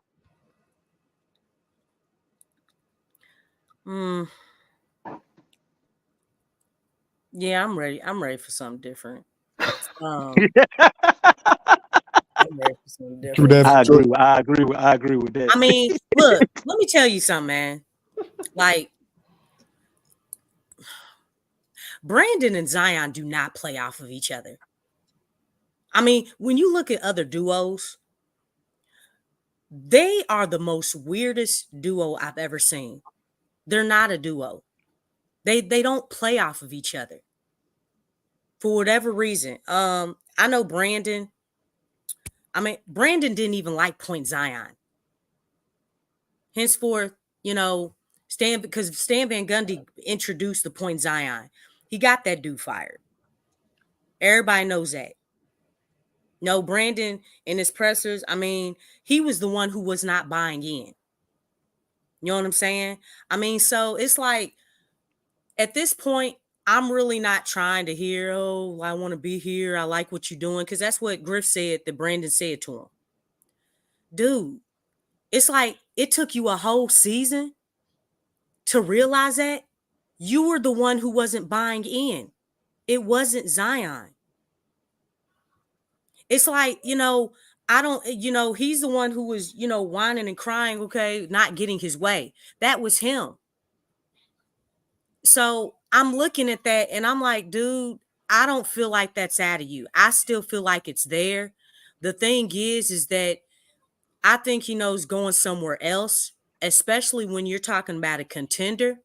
The thing is, if you're going to a team that already has an established hierarchy, you're not going to be that guy. You may be a third option or a fourth option. Your role may change like completely. Like right now, it's been him and Zion, but if he goes somewhere else, that could all change. Where he's not even looked at as a number 2 option. But then again, I think if he goes somewhere else, you have to think they do have a hierarchy. Look at the positives of it. They're going to have a better coach. They're going to have a better front office. They know what they're doing. The coach will know how to use Brandon. You see what I'm saying? Like there's 2 factors here to everything.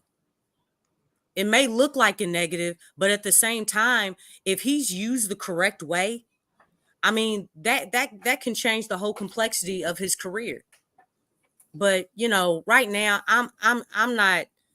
Him and Zion don't click to me. They just don't click. I mean, we've been through this, for a while, and this was really bad. This just looked really bad. They were still in the same spot. And I know again that has to do with the coaching and stuff, but yeah, they didn't play off of each other. I think a lot of times they avoided each other. Oh wow. You know what I'm saying? I mean, for real, like they didn't use each other. I know there was a lot of times where it seemed like Brandon and CJ were doing things that, I mean, we've seen stretches where Zion didn't even touch the ball. Okay, Queen Lex, real quick. What's up? Real question. Everybody in the chat too. Who would you build a team around? BI or Zion? Who would you build a team around? Since you say they didn't click, who would you build a team around? Because you might have to move on from one of them. I mean, yeah, like I would like them to begin, building around Zion, because they've yet to do that. They haven't committed to building around him. So we don't know what that looks like, meaning you need shooters around him. People who don't mind shooting the three, which again, Brandon didn't want to shoot the three, right?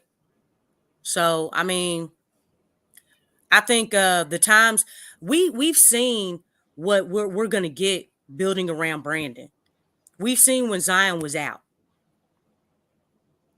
We've seen that, but we've yet to see it with Zion. So, I mean, I would like to see what that looks like at least. You know what I'm saying? It's going on year 6. You drafted him in number 1, and it's like you haven't fully built around him. Right. So, I mean, But will Mr. Compassionate, will he play his shooters? That's the question. Will he play his shooters? I mean, it is. He ain't got a choice. That's what I'm saying. It's like, that's why I'm kind of veering on the conversation about Willie Green staying the same. The team is changing. The Pelicans' philosophy that once again they traded back into the second round, got a shooter. The dude's not really all that on defense, but he adds another shooter.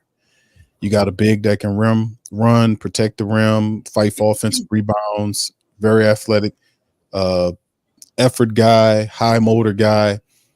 Willie obviously likes to pick. Trey Murphy's there. You got it's this weight waffling that it appears to be. I don't know if the Pelicans doing, but it made no sense I don't understand why David Griffin even put that out there, about him wanting to stay here. That just, why would you even say that? Just keep that to yourself. There's no need for you to even say that. But that's how you know it's posturing, Q, and it's bullshit, and it's involved in, trade rumors and trying to draw more interest of BI. Like, okay, nobody wants him at the price of it. Well, we'll just keep him. It's it's bullshit. You're not in the selling department. You in the buying market, huh? Yeah, I think that Come on now. It helps him by doing that. I mean, we talking about David Griffin here, Lexxah. He thinks he's smarter than everybody else. Come on now. And that's what's sad. But it's like, look, we ain't getting deals like OKC got with what's his name, Caruso. Man, that was crazy that they got. I'm still tripping out that deal. Like, how did y'all do that? Caruso from the Lakers? Huh? Caruso from the Lakers? Going to OKC? Oh my God. He started. He was at the Bulls. They got him from the Bulls for Josh Giddey. Yeah, he was an undrafted guy. He started in the G League affiliate team. And the coach of the G League affiliate team he started on was Mark Dagnall, who's the coach of the Thunder now. So it made sense. He knows the player.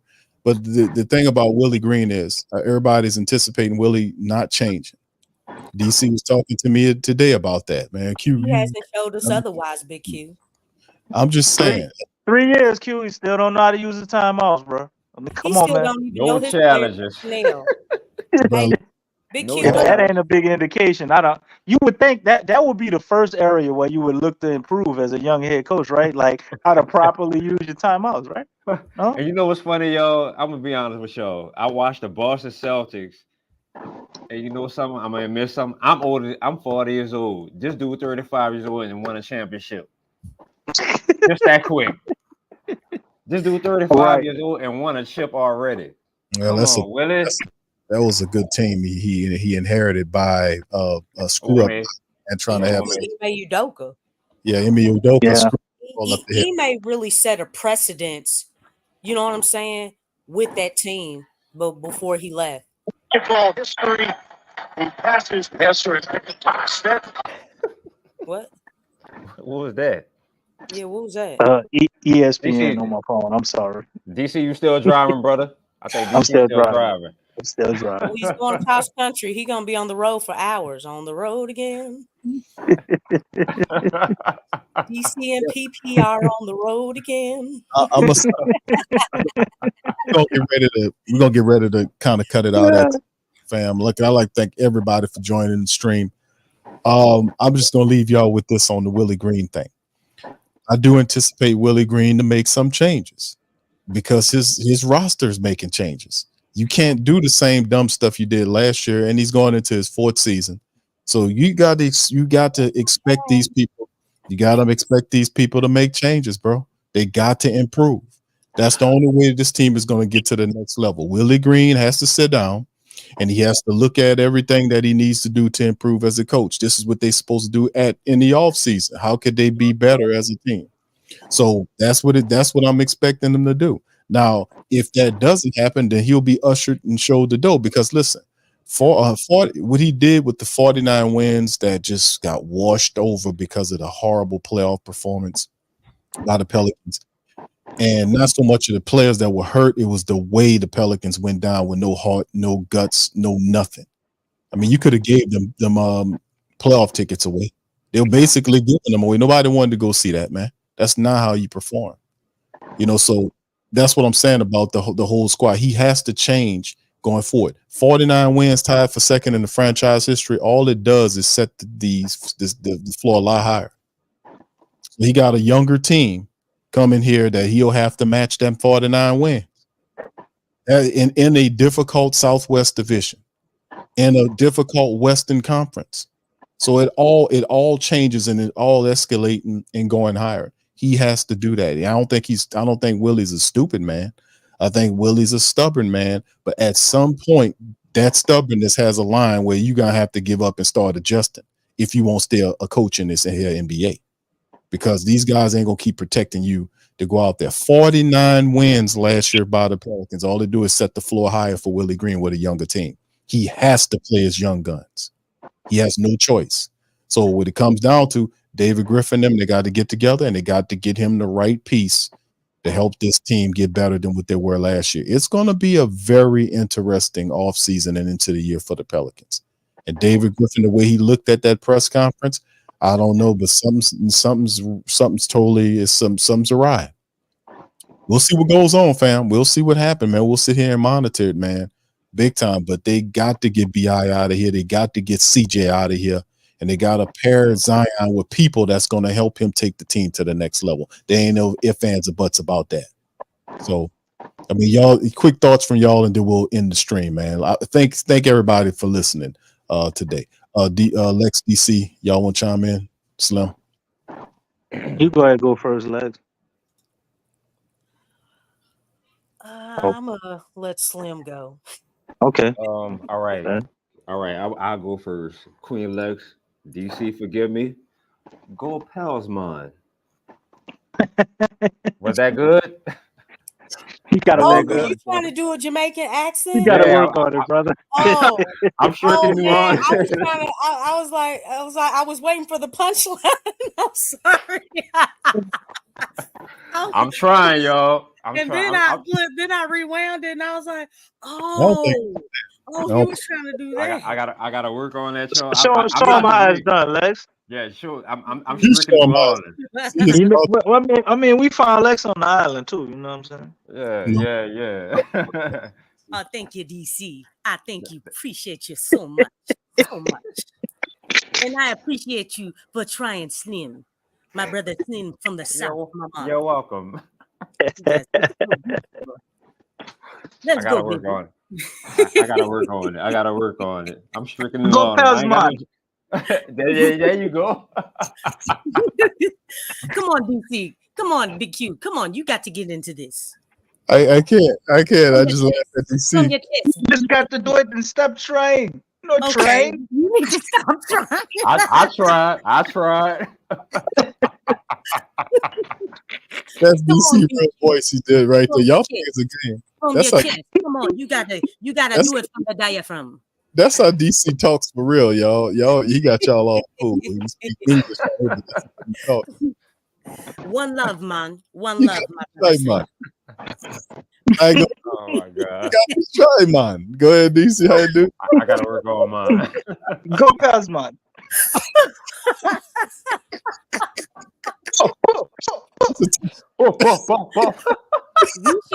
We should go for a whole live stream and just speak in this dialect. You know what I'm saying? Oh man. Y'all gonna do that by y'all damn self. Y'all ain't gonna kill me laughing. Y'all do that by your damn self. We gonna choose violence. We gonna choose violence, BQ. But we apply pressure, man. I gotta work on my accent, yo. We all gotta work on something, man. Go Pels. That's a shirt, DC. That's a shirt. Go Pels, man. Wrong colors, Q. No, that's a shirt, bro. That's a shirt. It'll be You gonna put it in You gonna put it in red, black, and green? No. It's gonna be a pelican. It's gonna be a pelican, right? It's gonna be a pelican with locks, and he has to be like, "Go Pels, man." A pelican with a Jamaican hat. A pelican with dreadlocks, man. How that fly? Let's do it. Let's put it together and see what happens. That damn pelican would be too heavy to get off the ground, man. No, he wouldn't. No, he wouldn't. He'd be flying high. You just put a joint in his Man, mouth. he'll be flying high till the rain starting, them dreadlocks get heavy. Damn pelicans will draw.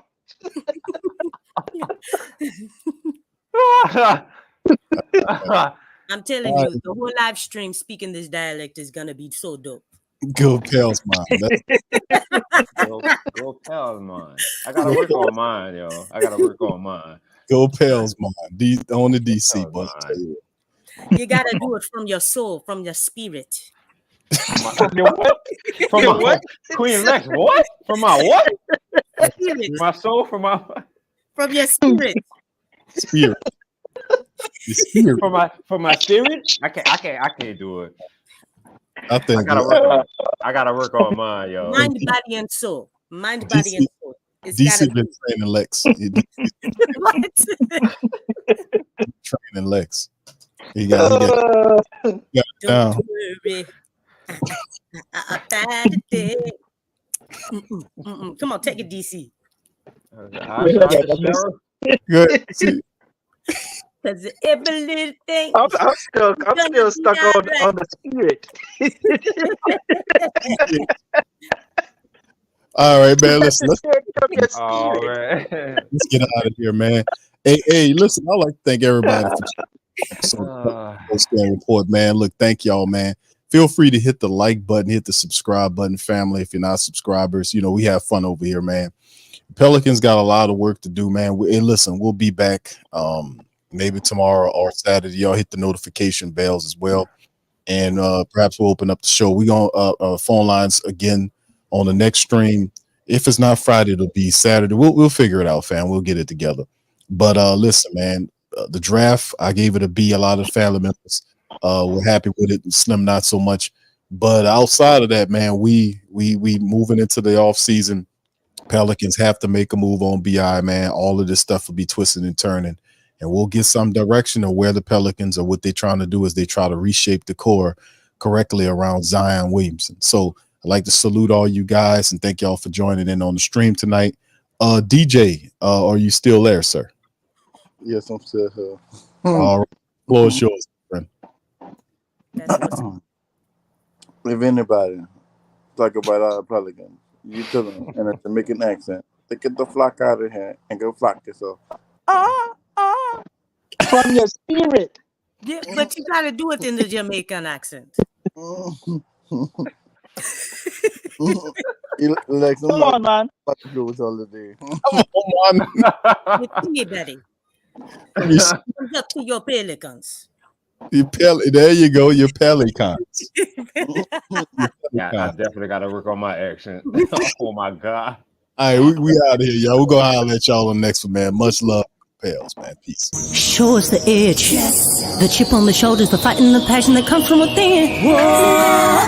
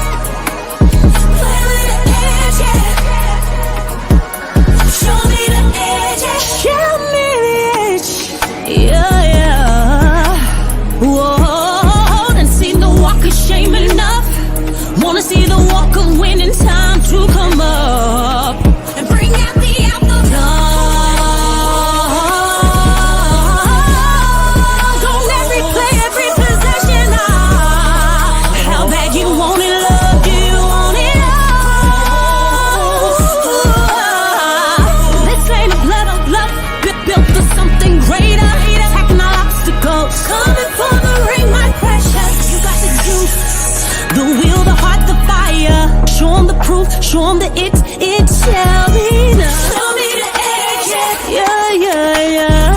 Play with the edge, yeah. Show me the edge, yeah.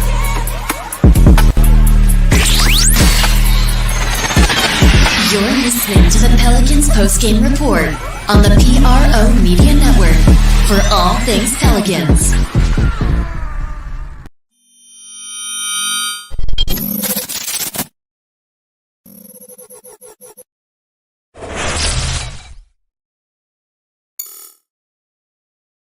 TheWhoThatDaily.com. That's right, TheWhoThatDaily.com. Your one-stop shop for everything New Orleans Saints, New Orleans Pelicans, LSU Tigers, and even the top flight boxing news. So if you're a Who That and you're looking for a place to stay up on your team, TheWhoThatDaily.com is your site. TheWhoThatDaily.com for the sport Who That in all of us.